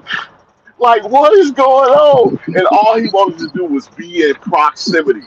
And most of these white guys are like that. It just comes out in a vicious way most of the time. They just want to be in proximity. You know what? I got to give you a shout out for brokering a great deal at an early stage of life. Okay, I don't know if that was your first negotiation, but Yeah, that was a nice little setup. I ain't good, man. Hope you were able to get some filet mignon and some prime rib out of that. Bro, they had them sirloin and shrimp over there and lobster. I was like, boy, let me tell you. Man, hey, that was my buddy, man. When you saw me, you saw him. man, I can't really teach you what it is, They call that social proof. You're You giving were them doing social your proof. you were doing your little Mr. Miyagi. Is that what you were doing, your little Mr. Miyagi? Oh man, Wax on, wax off. There it is. Now I gotta say, if you was a white person and you heard that story being told, I could understand you feeling some type of way. I really could understand you feeling some type of way. And I'm glad you was truthful with them, because you can't really teach them to be you. You can't really teach them to be us. Yes, it's possible to observe it. Won't mean that it'll happen for you. I guess it just helps you get a shot at it. It helps you get a shot. But, for a white man who lives in America, that's got to be an extremely frustrating thing And it's something like again, y'all, this is stuff we don't really think about. Why all these people like them niggas, man? Who is that nigga? Well, He don't got the family I got. Go ahead. The interesting thing is, white men can be great. They can be great in their own right, and great and very accomplished in their own right. But even when they're great, they can't be great the way black men are. You know, Rick Barry was a great basketball player. Might have been the second or third greatest white basketball player after Larry Bird, maybe Jerry West, right? But you can't teach Rick Barry to be Dr. J. Barry was a great basketball player. But you can't teach Larry Bird to be Magic Johnson. You can't teach Larry Bird to be Michael Jordan, right? There's an element, particularly to the FBA man, the character, the behavior, the presentation, the delivery of the FBA man is unique to the country and unique to the world, and you can't replicate it. At best, you can mimic it to some degree, but people are going to instantly know you trying to be like a black man. You trying to be like an FBA man. They're going to instantly know it. So you're competing against a kind of magic, or trying to replicate or don a kind of magic that you weren't designed. You weren't designed to have. There's 400 years behind making the magic of that black man, of a whole lot of terrible stuff and wonderful stuff all coming together. You can't just make that shit out of nowhere. And it came out in jazz and hip hop and blues and gospel and all of that. And it could have only come from them. It would not have come from anybody else, anywhere else on the earth. And our people earned that. They earned that 400 years of slavery and whatever, and Jim Crow, all that. They earned that for us. For us. Yeah. For us. That kind of reminds me of War of the Worlds. You know how that ended, because the aliens couldn't survive the bacteria that the humans had to actually survive over so many years, and earn their immunity to. Mm-hmm. And I'm gonna say shout out to Trail Exactly. Bentley. He said comes off like a bad Xerox copy. I can agree. And shout out to Sirius Ra, who also said black men be great without breaking a sweat. White men hate that. And you know what? If you grew up in a white household and what they like to say, in middle America, you grew up in a white household, you probably got to hate it when you see this stuff up close. All these people love this nigga, but we still hate this nigga. And somehow black men, with all the stuff that we've been through, we the most loved that people don't really acknowledge, and the most hated at the same time. That's got to be hard for a white man to deal with. I've heard recently that the Nike stocks are down, the profits are down, and there's all this harangue over what that's about. I think is due to the fact that there's been a lessening of the profile of the Black American athlete, especially in the most popular sports like baseball. In particular, basketball is much more international and even to some degree white international. I think the lessening, track and field is being de-emphasized in this country, or not as emphasized as much as it had been in previous decades. So you had all your great Carl Lewises and and those generations of great athletes. I think the lessening of the profile of the FBA athlete in particular is the reason why Nike is struggling. You don't have your Deion Sanders. You don't have your Barry Sanders. You don't have your Walter Paytons. You don't have your Michael Jordans. You don't have your Ken Griffey Juniors, Barry Bonds. You don't have those anymore. There's a particular magic to the FBA men. We're talking about phallus here, but it extends beyond that. I mean, maybe in a way you can say phallus is a metaphor really of manhood itself. The unique manhood, the unique and special manhood of the FBA man, obviously manifesting in our phallus, I guess both literally as well as figuratively. I think that's a very real thing, because at the end of the day, it's gonna circle back to can a white man be with a white woman? You know, because as men, we secure resources mostly to actually give to women when you think about it. Okay, to provide for children if children were to come behind dealing with the woman. We do it. So at the end of the day, when you're a white man, you want somebody to believe I can secure resources like those other guys can. Now, you got to do this in a world where you see black men dominate white men in basically everything. Because let's keep it real. Whatever a black man puts his mind to, he kind of goes to the top of that particular thing. Now, in sports, I'm going to say it's just more pronounced because it involves entertainment and it's on television more. Okay. When who has been the best actors over the last few decades? Now, there's a lot of good white men you can throw out there. I ain't gonna say they ain't did nothing. You got people who done did their thing, like a Jack Nicholson, for instance. You can't say the man ain't been doing his thing. You got a Robert De Niro. He been out there doing it. But people pretty much realize the best actor for a long period of time, I'm gonna say right now, is Michael B. Jordan kind of dominating, but people done kind of really accepted the idea that the best actor on the market has been Denzel for the last few decades. Even though you had all these different white men do their thing, the top was Denzel. It is what it is. We dominate pretty much at everything.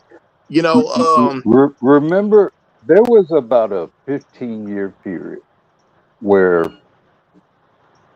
white men, it seemed almost like they were afraid. White film producers, major film producers, seem almost afraid to make a movie without including Samuel L. Jackson in it. Don't y'all remember that period? Don't y'all remember a period when literally when Samuel L. Jackson was in literally every fucking movie? It was about a 15-year period. I would say from 95, 96, late 90s coming into like 2012 or some shit like that. It was something crazy where like every movie, it was startling to see how you would see him almost in every major movie. George Lucas created a whole character just for him in Star Wars out of nowhere. I gotta have this guy in the Star Wars franchise. I'm just gonna create a whole character for him to put him in a Star Wars franchise, and a very damn good character actually, as it turned out in the Star Wars franchise. So, Sam's so cool. Sam's so cool that an artist from Marvel called up Samuel L. Jackson. He got a hold of him some kind of way and said, "Look, bro, we got this character named Nick Fury, and I'm about to do this comic book, but I want you to be the new Nick Fury going forward. Can we work something out?" Nick Fury had always been white. He had always been white. And he's like, "No, I want my Nick Fury gonna be Samuel L. Jackson." That's like changing James Bond to a black man in Right, comic books. right. And I just want to be known, Sam wasn't looking for this. They got a hold of him and said, Sam, will you allow us to draw you as Nick Fury? And Sam said, look, it's all good, but we'll do this. If y'all never start making movies, now Marvel ain't even making movies at this particular point. If y'all ever start making movies, just make sure I get casted as Nick Fury, and we good. Go on, do your thing. You know what I'm saying? Thought nothing of it. That's how cool Samuel L. Jackson was. And I want to say, what if he'd have started way early? Because Samuel L. Jackson, if my memory is correct, he started very late in the game. He might have been about 58 when he got started. I think Coming to America was his very first No, movie. well, he wasn't that old. 58. That mean he'd be like 100 now. But no, You know what? he This obviously man has done over did not get. 300 movies. Yeah. Over 300 movies. And probably 200. You can't even sit down and binge watch them all. Like a 10-year period. And probably 200 of those films Man. probably done in like about a 10-year period.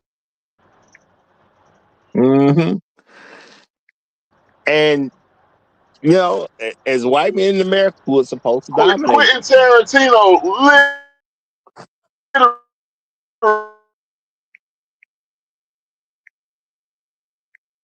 literally. Or your Borgen reset.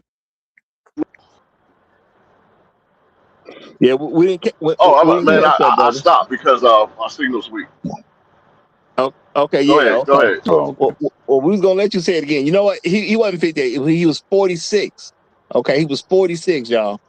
Okay, he was Hold on, man. Let me double check to make sure this is right. It's Samuel Jackson was 46 years old when he was in the breakout role as Jules in Pulp Fiction. No, he was 46 in Pulp Fiction. So that wasn't his first movie. Yeah, that wasn't his first movie. Let me look at that a little better. So he was 46 in Pulp Fiction. Okay, so but the man then definitely did his thing, and as far as men go, he was just recently the highest grossing actor in Hollywood as far as movies were concerned, and I think he was overall. I think he just was recently beat out by Zoe Saldana. So I think right now he's just the highest grossing man. And Zoe Saldana has now become the highest grossing. So that makes her automatically the highest grossing woman, too. So shout out to Zoe. Shout out to Low End Theory. Great to see you, brother. Great to see you. He said, can you imagine the torture Richard Petty and Dale Earnhardt are experiencing as Michael Jordan takes over NASCAR? Now, I'm going to say, I've loosely been seeing some stuff about, I ain't gonna even say following. I loosely been kind of noticing Michael Jordan and his team's dominance in NASCAR right about now. All I know is he fought some case where things were said to be where it's kind of unfair, and they made some concessions to make NASCAR more fair. And all of a sudden, his team winning races like a mug. That's what I know. Okay. I ain't really even followed the story like that. But as soon as you made it, quote unquote, fair, his team starts to dominate. There you go. That and that kind of symbolizes just how America has operated up to this point, where we got to create all these impediments to so that we can win and beat the black guy, and then when we remove them, and then the black guy starts beating us. I mean, that's American history. You can just go across all genres, all fields of endeavor, the sciences, journalism, sports, literature.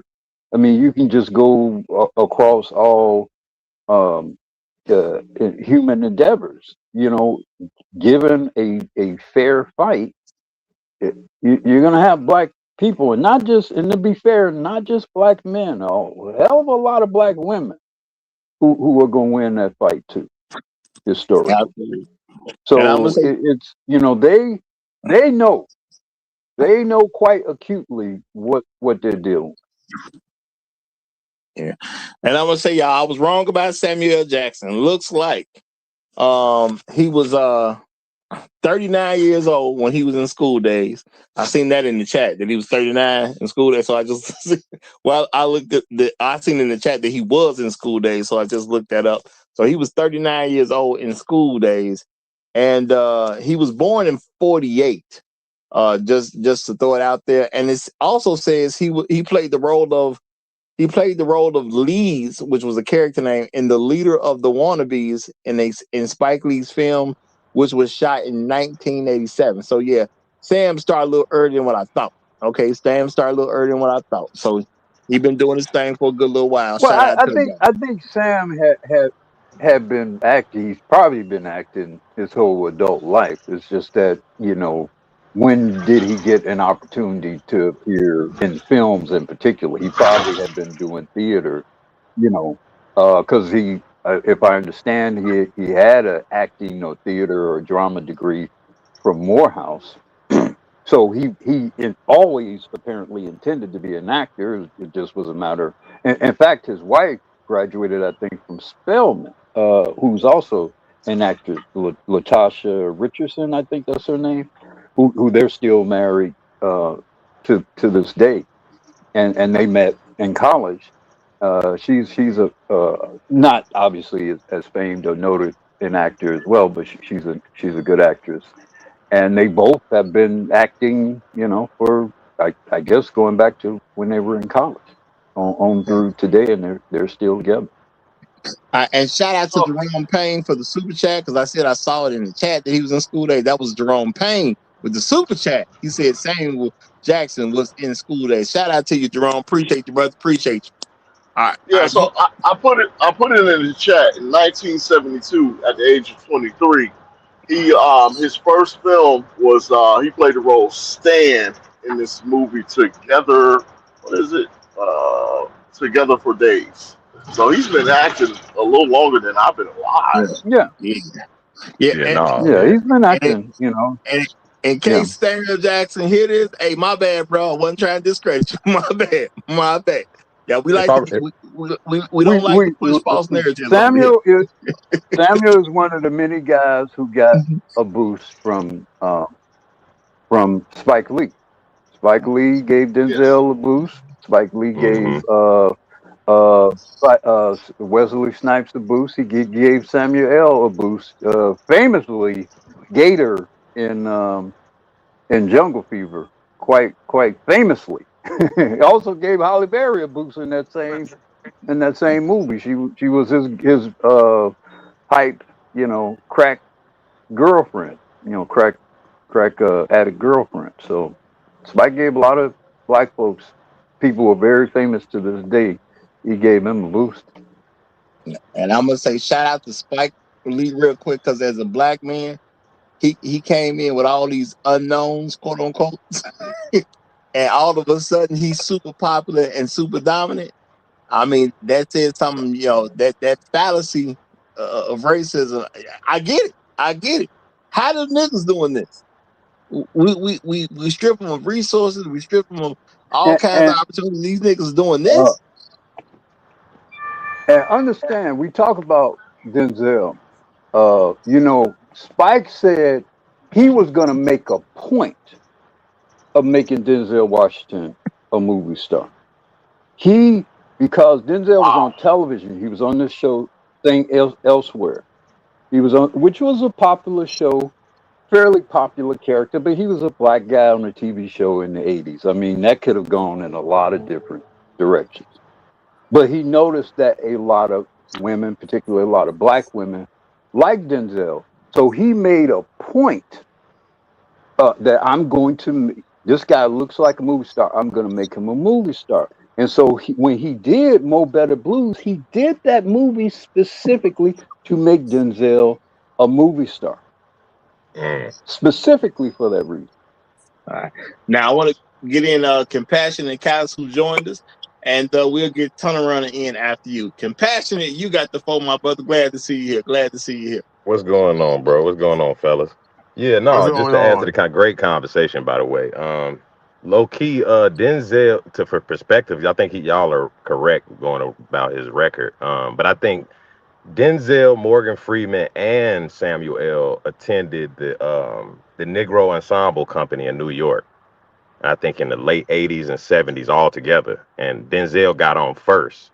And then it took like 10 years or something before Sam caught his wave. And then Morgan caught on even, I think, even after that. Or I think he was working, obviously, but caught his real wave, like more close to late 90s, damn near.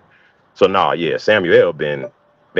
He been in this shit for a minute. And I remember watching the press junket for Django with Tarantino and all them on stage, Samuel, everybody. And Quentin dead ass said, he said since Pulp Fiction, it was hard for him not to write dialogue in Samuel Jackson's voice for years. Hey, He said his voice, I could not sit down and write dialogue. Quentin's famous for his dialogue. He said Samuel L's voice was stuck in his head for like 5 years. He could Yeah. not write anything without sounding like Samuel L. Jackson. So that's how impactful black men, God. have. Well, if you close your eyes and think about Samuel L. Jackson's voice, you could kind of understand it. It's a very kind Yeah. of dominant sort of presence. It's kind of Yeah. overwhelming. Absolutely. Absolutely. Yeah, and you guys talked about what that cool factor. And what just came to mind is like while y'all was talking about it, I think because black men are essentially like for instance, why when you go to Marine boot camp or any military boot camp, why do they yell at you? Do y'all know why? Enlighten us, please. Well, they yell at you to develop and build up your stress tolerance. That's the logic. They basically trying to build you up so in the case we're in the middle of a war zone and there's bullets going off, you can still take orders and not get distracted. That's the whole logic behind it. I believe black men, our lives as black American men is very, very stressful from damn near the time you're conscious. I think we develop and through walking through this society as outgroup males, inspired truth, I like that. We are in a crucible constantly to the point our stress tolerance is like a goddamn special forces. Like if you survive and maintain sanity in this society and functionality, like you like to say, Raj, you are you have higher stress tolerance than the average male in this society, hands down. And I think that translates into a certain what people describe as a cool or a je ne sais quoi, something that we have to learn to do very early and very consistently without any breaks. I remember Mike Epps made the joke is like a black man could be coming out of church with his kids and see a squad car drive past and he gonna stop immediately and says, look at the police. He ain't got to be doing nothing illegal. He's just constantly aware Mm-hmm. and constantly on point. And that probably kills us earlier. But it also makes us Mm-hmm. cool. And you can't really buy that. You can't be trained in that. You got to really come from that. You mentioned the drill sergeant image, the behavior built. Well, what is the quintessential drill sergeant? Lou Black Black Gossett man. man. Jr. from An Yeah. Officer and a Gentleman. Yep. That is the quintessential drill sergeant. That's why very often you see drill sergeant depicted as these hard ass type black men. Yep. Lou Gossett won an Oscar for that performance. He won an Oscar for that performance. It's one of the greatest performances of the 1980s. If you haven't seen The Officer and the Gentleman, go back and watch that movie, and watch it Mm. for Lou Gossett alone. I did not realize he won an Oscar for that. Fantastic Really? performance. He won an Oscar for that performance. Yes, the late great Lou Gossett Jr. Yes. Speaking of drill sergeants, if you get on YouTube and you look up drill instructors and listen to them call out their cadence, man, it's a beautiful thing. Man, just look. If you have not ever done that before, just look that thing. Man, listen. You got these white folks like, damn, they good at every goddamn thing. Mm-hmm. They good at every goddamn thing. And Roger, when you go abroad, these women understand that black men have been black men have been put down, have been talked bad about, and when they see a black man and they see him under control, doing what he's supposed to do, making things happen, it excites them because they know that we don't have any we are disadvantaged over here, and we can still make it in the system. They know that we have been through some stuff and that we are special. And you know what? We definitely a special group of people. And I'm gonna say shout out to Mr. Shield to you. He says, fun fact. Now y'all listen to this fun fact. Speaking of Samuel L. Jackson, he once held Martin Luther King Sr. hostage on a Morehouse College in 1969. Now that sounds so terrible. It sounds so terrible. But listen to the rest of this. 1 year after serving as an usher at MLK's Jr.'s funeral. See, Samuel L. Jackson, and I don't know how you hold somebody hostage after Uh, the funeral, but you know, this man does whatever he truly believes needs to happen to progress our people. I'm not hold saying on, Rod. Hold on, Rod. We ain't never did a show on Samuel L. taking Kent State hostage. we Or didn't do more, I think not Kent State. no We never did an episode on that. no Morehouse. we definitely did a show and that came up heavy in the show. I don't remember if we did a show exclusively about that. We may have. I didn't did so many shows over. And if y'all knew here, I didn't have multiple channels. Yeah, so I done did thousands and thousands of shows at this particular point. So I know it was a big thing at some point. So we may have actually done a show on that, you know. But it did show that Samuel Jackson has basically been a freedom fighter for Black America for a long period of time. And he still does a lot of stuff in the background, sends a lot of money to different places to help us. He's just not super public about it, you know. But Samuel L. Jackson is a black man that's been helping us He's since day smart. one, you know. Yeah, He's he's smart. heavily helped. He's Yeah, smart. he's heavily helped Black I America. want to issue a warning, and I'm glad Compassionate is here because I want to issue a warning to black men. Uh, don't let these white women sucker you into this let you and him fight bullshit.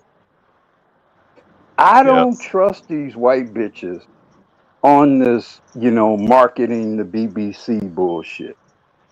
I don't trust them one lick. A lot of black men have died with some white woman pointing at some black guy's pee and saying he made me do it. So don't get caught up in these white women celebrating your dick. Don't get seduced by that, you know. Facts. And all the weakness, all the infirmity and weakness and retrograde genetics that you might want to make light of white men, half of that shit comes from white women. Yep. Every bit of what you don't like about that white man, half of that shit comes from that white woman. Don't forget that.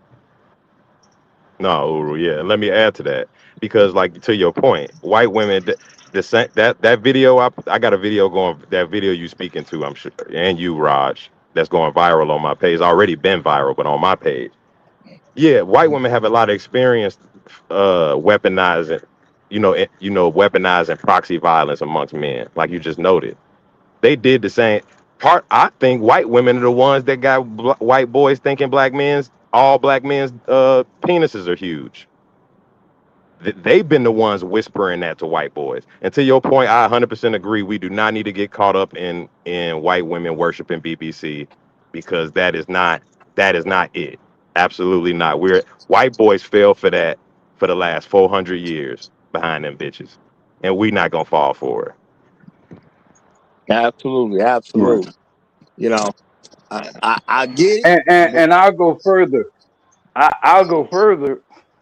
I don't think we should be procreating with them people.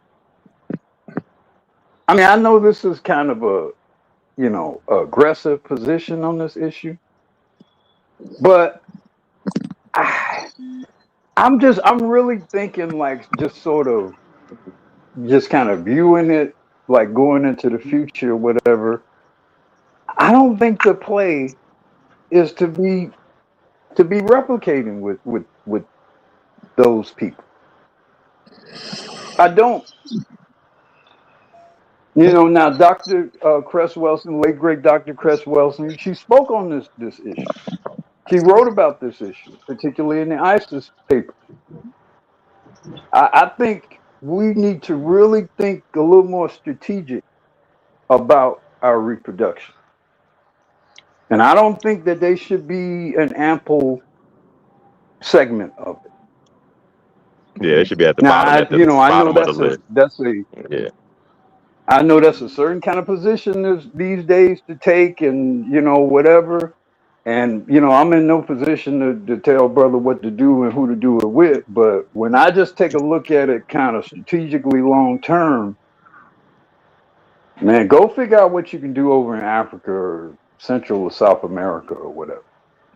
well, Don't I mean, don't don't bet your stuff with them. at the end of the day, this fallacy of racism thing is half of it comes from a lot of the racial issues. Yeah, I'm gonna say white women have probably been continually to remind white men how big a black man's phallus is. That probably is in there real heavy, but they have supported things that have destroyed black men, because for every white woman that nothing happened to and she claims some black man raped her, a white woman was behind it at the end of the day. So white women supported white men destroying a black town because a white woman claimed something happened to her. And let's keep it real. The women knew what was going on. Yeah, They no, tell each yeah. other secrets and all that type of stuff. Like, of course, that man didn't rape me. Of course, I had to get some of that, but I had to say it because if Paul would have found out, I just gave it to Every him. every evil done by white people, you need to make white women an equal conspirator in it.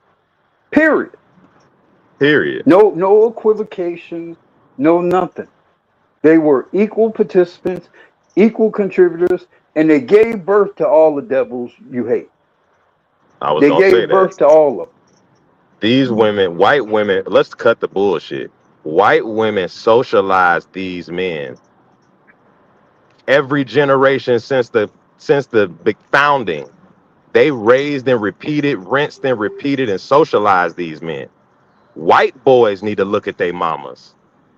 White supremacy can't exist without white women. Let's cut the bullshit.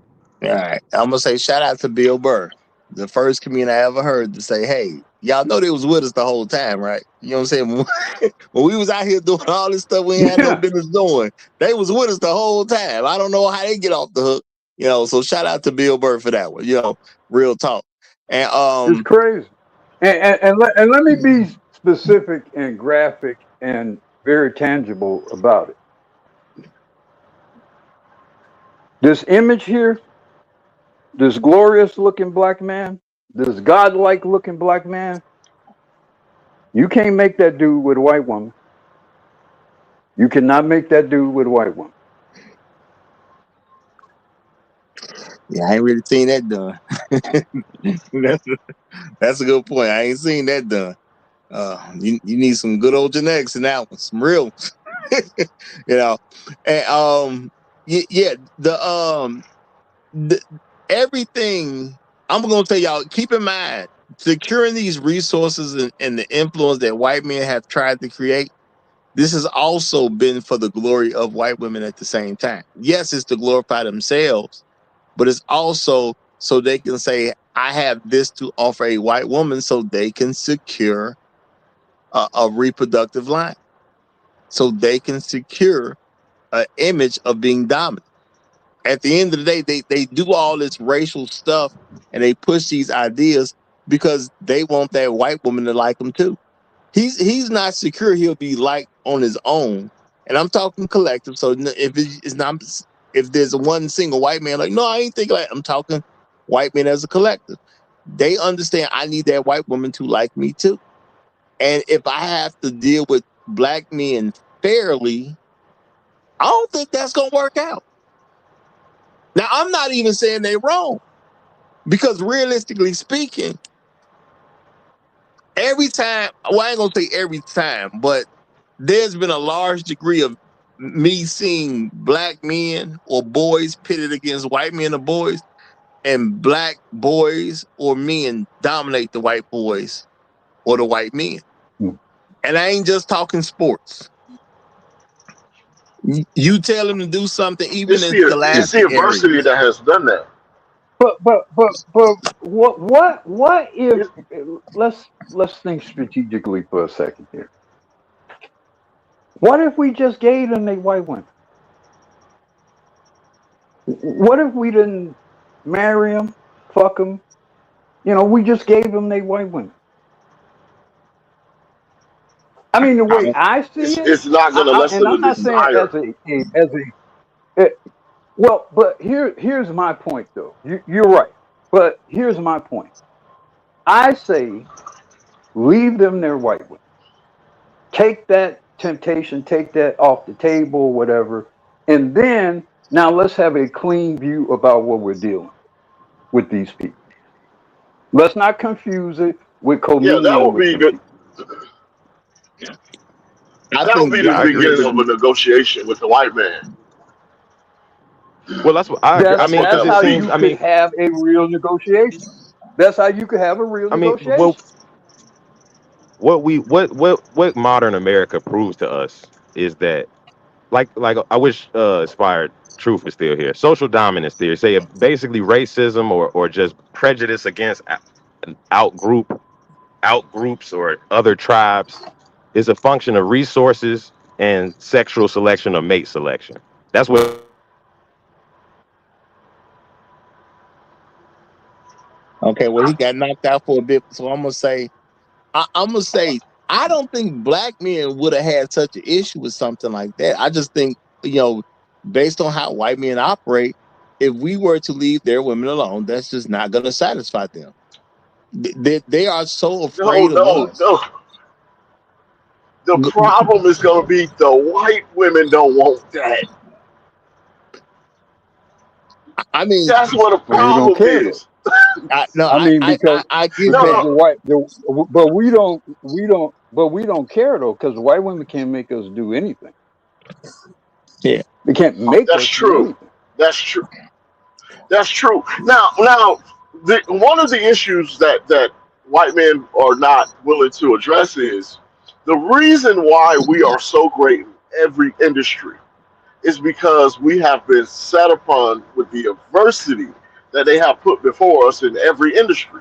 So by the time we pop through all the adversity, we have been refined and we're great. We're so great that we become the greatest thing they ever seen in said industry, whatever it is: acting, film, literature, art, electronics, just everything you can think E- of. This even is what's happening. scholastics, even Yes, scholastics, even academic, Scholastic. however you frame it, we But seem to outdo some of everybody. So they would have to remove the barrier in order to compete with us honestly, in order for them to be greater. But they don't want to do that. yeah, no, you They don't said exactly, want it. to do that. exactly, They, they would essentially see exactly. it's not just the crucible, because like you said, they put impediments in front of us through at every level of everything. So by the time we matriculate, we are highly skilled based on just having to actually compete. Simultaneously, they have a white safety net under all of them. So they actually don't develop. They develop abnormally slower than a normal population because they have so much everything propped up in their favor. And they've done that over Yes, generations to the point that they're now which they're is why disproportionately untalented.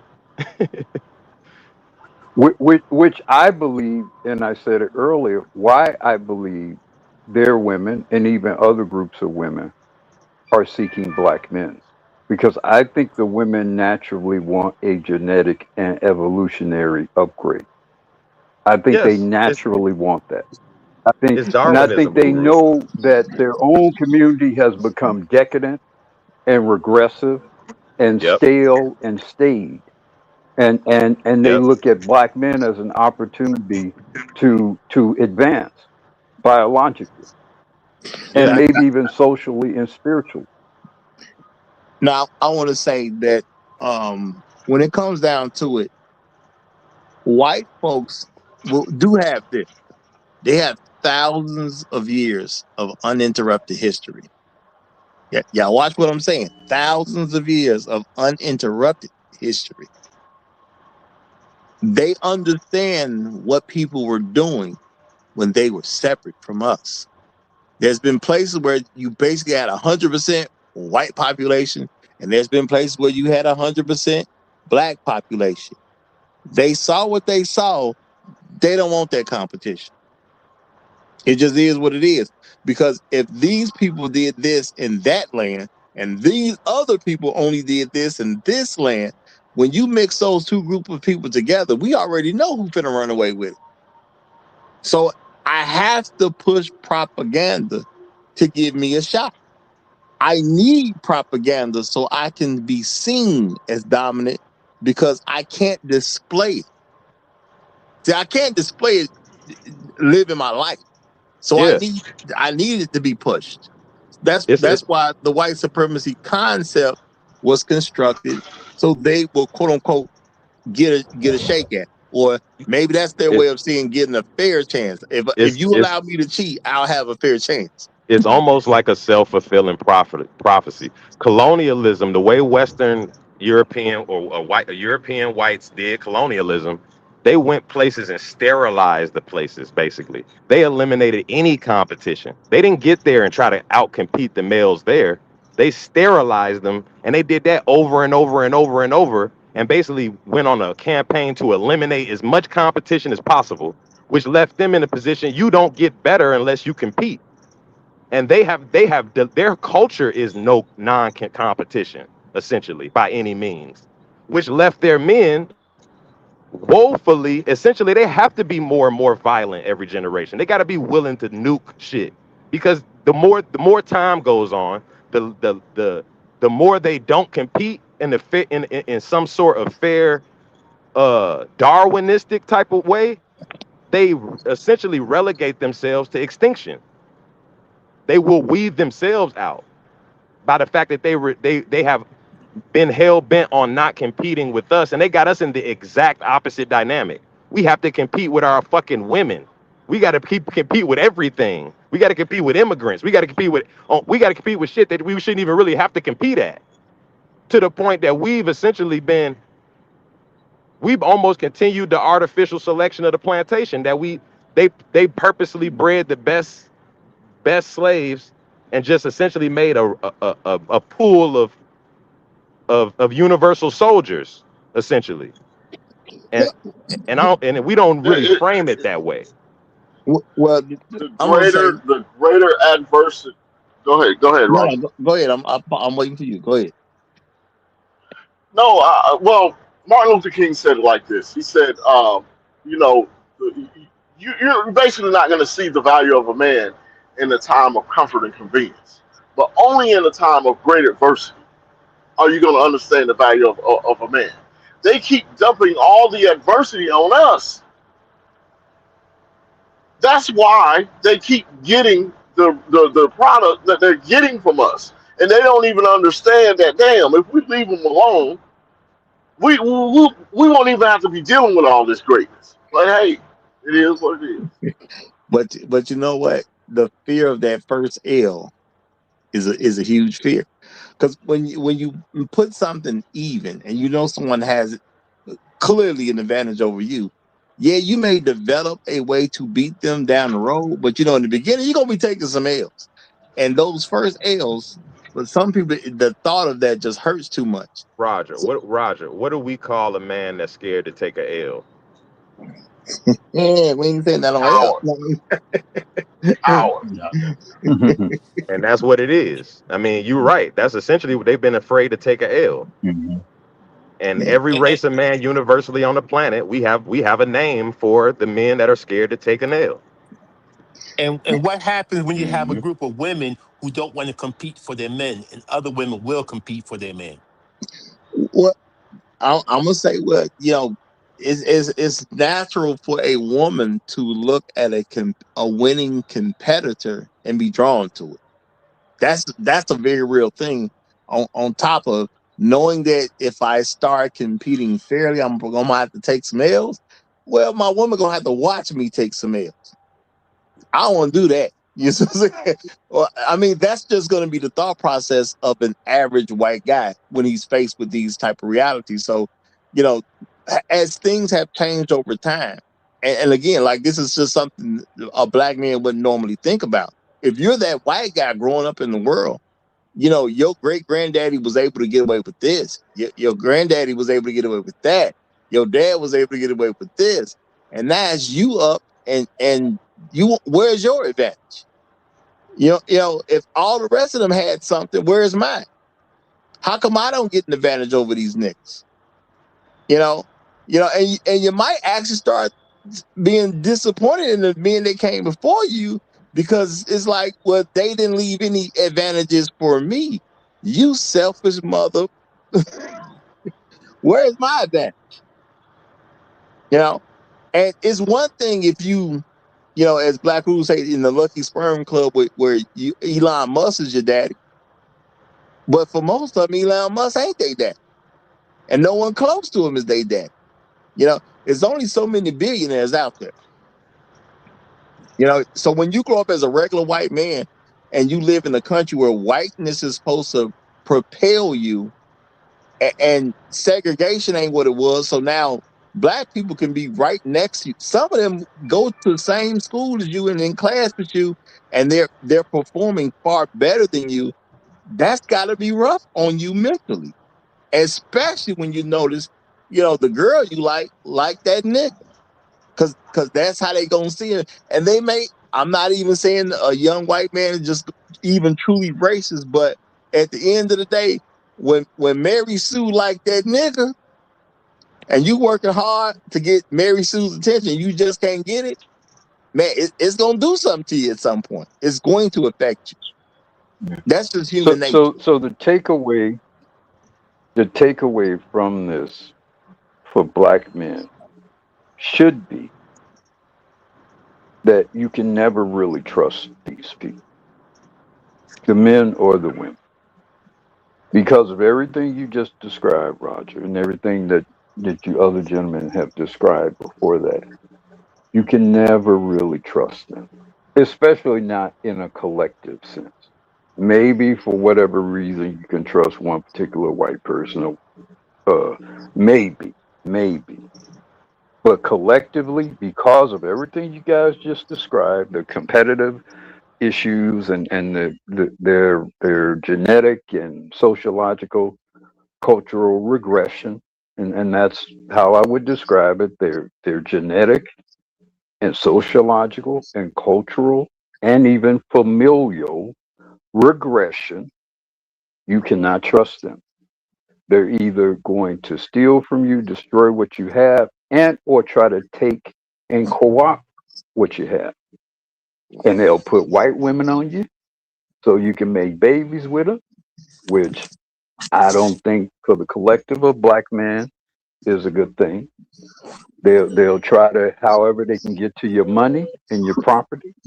That's what they'll do. However they can turn the law against you in one way or another. That's what they'll do. How they can corrupt the educational system in a way, particularly as we talked yesterday, to turn the educational system, which you by promoting, fantasy sociological programming like intersexuality, whatever they can do to slow down, interdict, or predict your progression, that is what they will do. That is what they will support. And it's hard because some of them don't see themselves as being evil. Again, I made the example of the 35-year-old white man. He got a wife. He got a 10-year-old daughter. He got good intentions when he's.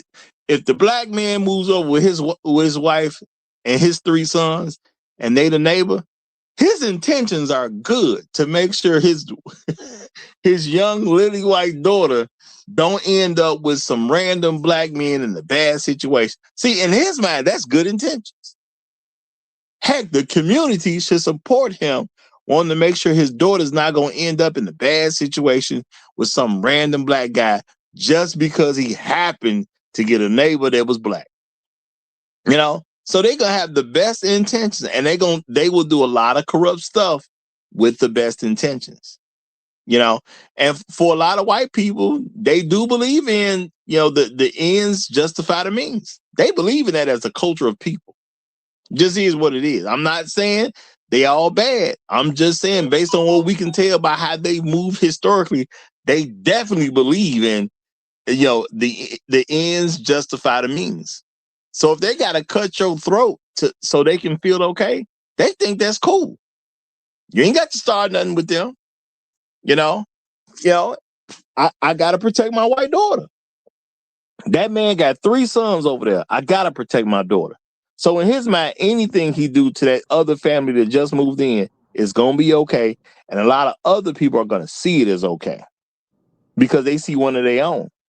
Even if he do something illegal and end up on trial, they still going to see him as that man was just trying to make sure his family was going to end up okay. So what you essentially illustrating, Rod, is that we need to accept white.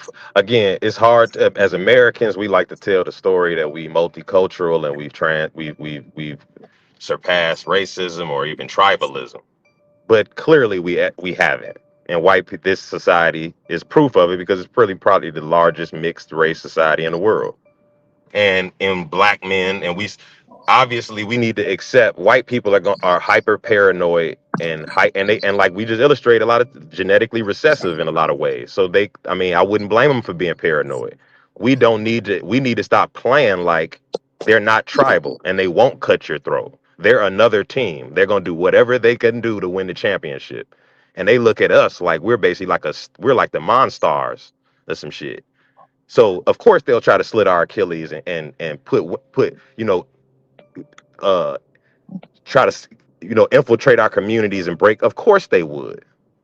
We would be like the Yankees if they didn't. We'd be like the Lakers. You wouldn't beat us. We'd be a franchise. We'd be a dynasty. So what do we actually expect from these people? I know we talk all this post-racial America bullshit. White folks are not highly tribal and highly tribalistic and highly racist, but it is what it is. We need to accept that and accept that we are a threat, and we will be looked like as a threat. Honestly, it's hard to see as anything but a threat because we like I said, we don't really take the time out to think about it from their perspective. If you grew up in this country the way they got to grow up, it's hard to see, quote unquote, those niggas as anything but a threat. And I'm gonna say shout out to Asora. See, appreciate you, my brother. Appreciate you. He said, this is why it's so angering to me that black women are so obsessed to the point of sacrificing their lives for someone, quote unquote, less dominant. Shaking my head. Well, you know what? That's a cross they're gonna have to bear on their own. and I think black men got to let them bear that on their own. At the end of the day, I gotta hold you accountable for what you believe in. So if you believe in a nonsense theory as white people or white men being dominant when we see what it's like out here in the world, you set yourself up. That's all I can say on that one. Look, Raj, I agree. I want to second but can you live and let live? I don't think you can just live and let live. I don't. There are too many of Well, them. They're everywhere. They're in everything. They influence everything. And here's the thing, too. Y'all got to have families. Y'all got to produce sons. Y'all got to produce children. And you got to do that with some women somewhere. They're in the way. They are in the way. Now, I don't know how you deal with them. I don't know how you fix it. But no, you cannot just live and let live. There must be a reckoning. There must be. If you're going to survive and thrive, there must be a reckoning. And that reckoning will include some kind of cleansing. But no, you're not going to just be able to live and let live. Not if you expect to survive and thrive. Now, if you're willing to just go away into the ether or whatever, then so be it. That's your choice. But if that's not your choice, you're going to have to deal with that. well, I do believe it's a very real thing because white based on history, white people have decided they're not gonna let black people live and let live. That they're just never gonna come to that decision. They're gonna bother us no matter what. And that's a reality of it. And you know, again, some of them gonna quote unquote do it with the best intentions. You know, I'm just trying to protect mine. I'm just trying to, and you know, the legal system will shed some tears for them and make all kinds of room for them. And well, you know, he blew up and he did all this type of stuff, but you know what? It's a mental situation. He don't need to be treated like a criminal. He needs to be treated as a patient. We can cure him. Just give us some time. We'll get him back on his feet. We'll make him all right. He just needs a little time. But you know, we're not gonna be seen that way. Okay. Um, to me, it's almost amazing that like I brought up the postal worker thing. Going postal became a term because you had so many white men who were postal workers come back and shoot up a post office. Now, what do y'all think would have happened if some black men was going back to some type of job like that and shooting the joint up? The post office would look a lot different than it even looks today. Now, I'm not saying they ain't put up some safety measures, but that the concept of black men coming back to the same type of place to make an issue, you know, they wouldn't just let that ride. All hell would have broke out. You know, they would have been trying to get niggas locked up all over the place for all types of stuff just to stop this evil mentality. And everything all over the news would have been, you know, these black men are just evil to the core. You know, and I'm saying far worse than it is already. Because some of y'all might be saying, well, they already doing it. No, it'd be far worse than what it is now. Because you can attach them to a one particular industry. They probably would have got rid of every black person who even worked for the post office. That would have been something they would have put in place. You know, temporarily, we're going to have to let every black person go from the post office. They'll claim it's temporary, but they'll never hire you back. And they'll claim safety. It's a safety issue. You know, it's not our fault. These post office workers going crazy. The only thread we can see is they black. We got to do something to save people. You know, lives are at stake. And in American society, who ain't finna just roll with that? Folks will roll with something I know is truly dumb and silly, but American people, they'll roll with it. Why? Because as long as it's affecting black people and it's not messing with none of the rest of us, it's cool. Because that's how America operates. Again, this is a country designed to produce white supremacy. But in order to be a white supremacist, you got to have advantages.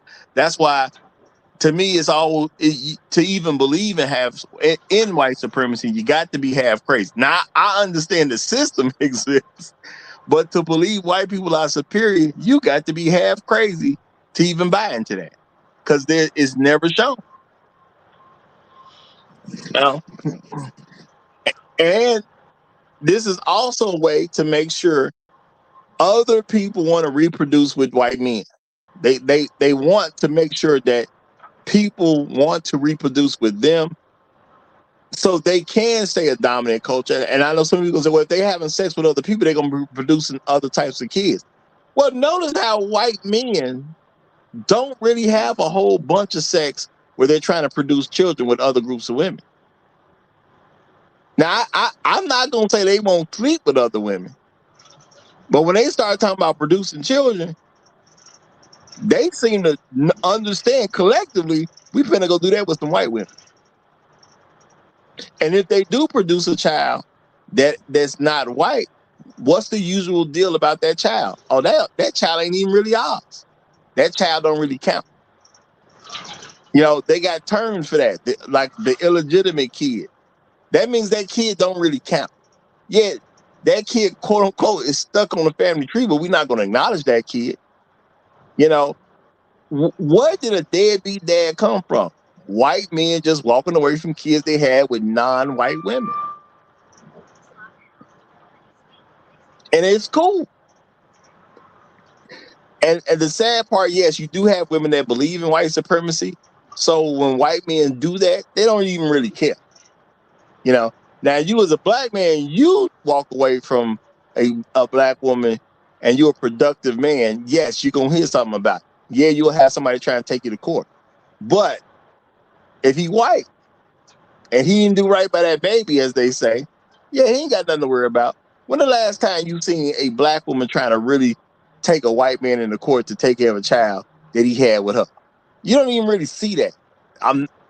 They clearly having babies by white men, but when the last time you actually saw a black woman try to hold a white man accountable for a baby she had with her?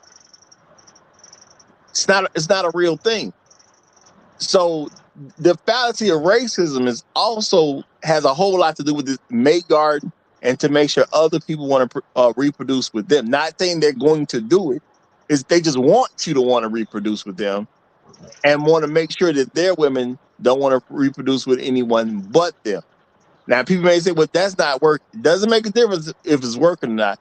The thing is, that's what it is. Now, I'm going to say, yes, it's clearly that there's some white women who want something else right now. I'm not going to say it's the majority of them, though. And they done had a hold on women's mentality for a long period of time at this point.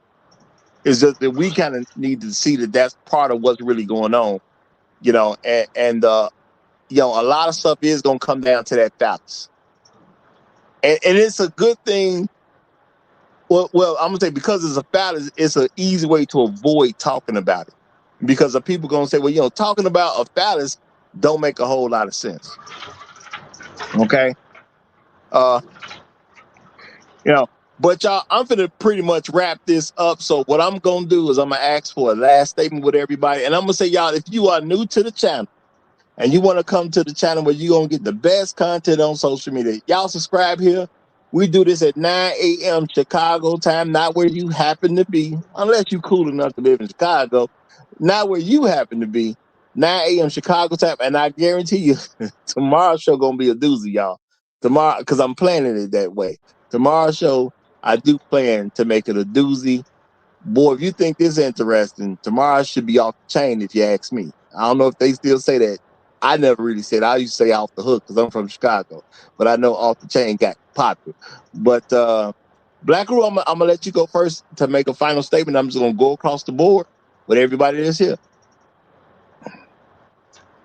Well, I think this was a great subject to talk about because it really kind of gets at the heart of racism and why it continues to be an enduring and potent issue, and why I am suspicious of there ever being any real viable cure and resolution of it, particularly in America.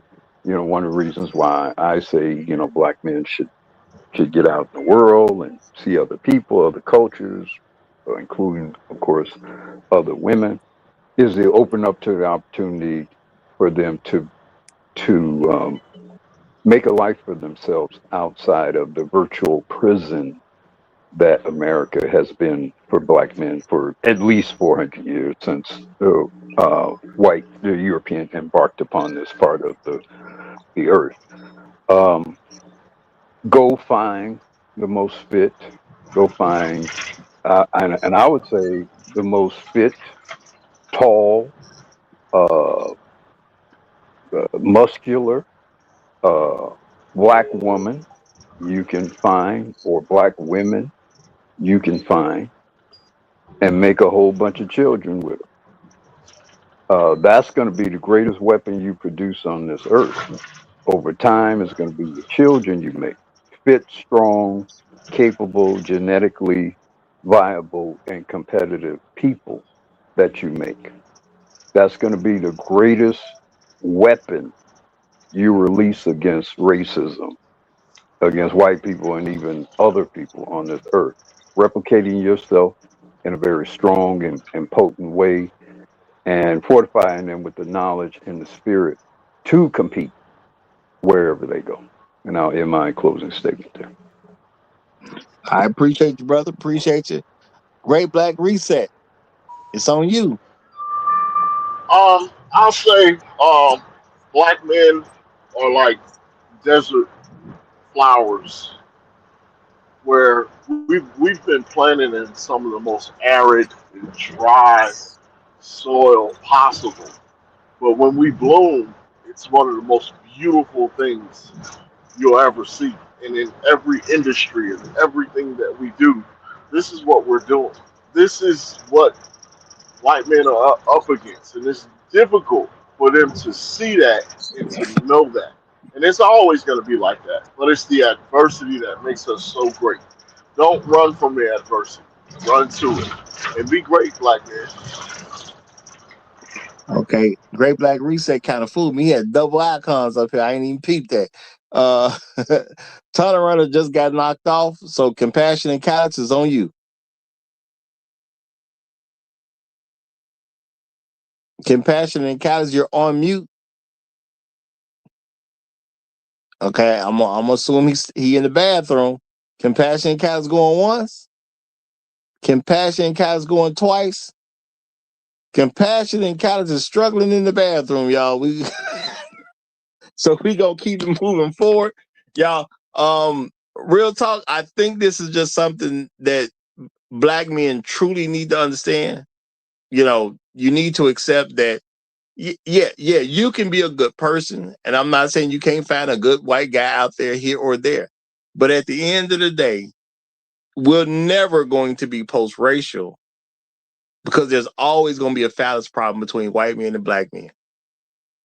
We can get together about a lot of stuff. We can agree to a lot of stuff. But at the end of the day, they're going to start talking about that BBC, and we just not going to be able to rock with them the way we could because it's going to be too important to them. I ain't saying it's going to be important to you as a black man, but it's going to be too important to them. And when you think about it, y'all, because I'm not even talking about the gay ones. You have straight white men who think about black dick more than a person who literally has a black dick. It's hard to do something with a person that's that far gone. So yeah, racism, it ain't going nowhere no time soon. It is what it is. The best thing to do is figure out how to operate in that racist system because it's not going to end in your lifetime. If you hearing this as I'm saying it, it ain't finna end in your lifetime. And that's real talk. So I'm going to close it out there, y'all. Y'all have a good rest of y'all day. Again, if you like the channel, subscribe to it. We'll be on 9 a.m. Monday through Friday. Do not expect to get a notification, but we will be here. Long live the habitual line steppers. Thank you for everyone that came up. Y'all have a good rest of y'all day. I'm Roger. I'm right. And I'm out.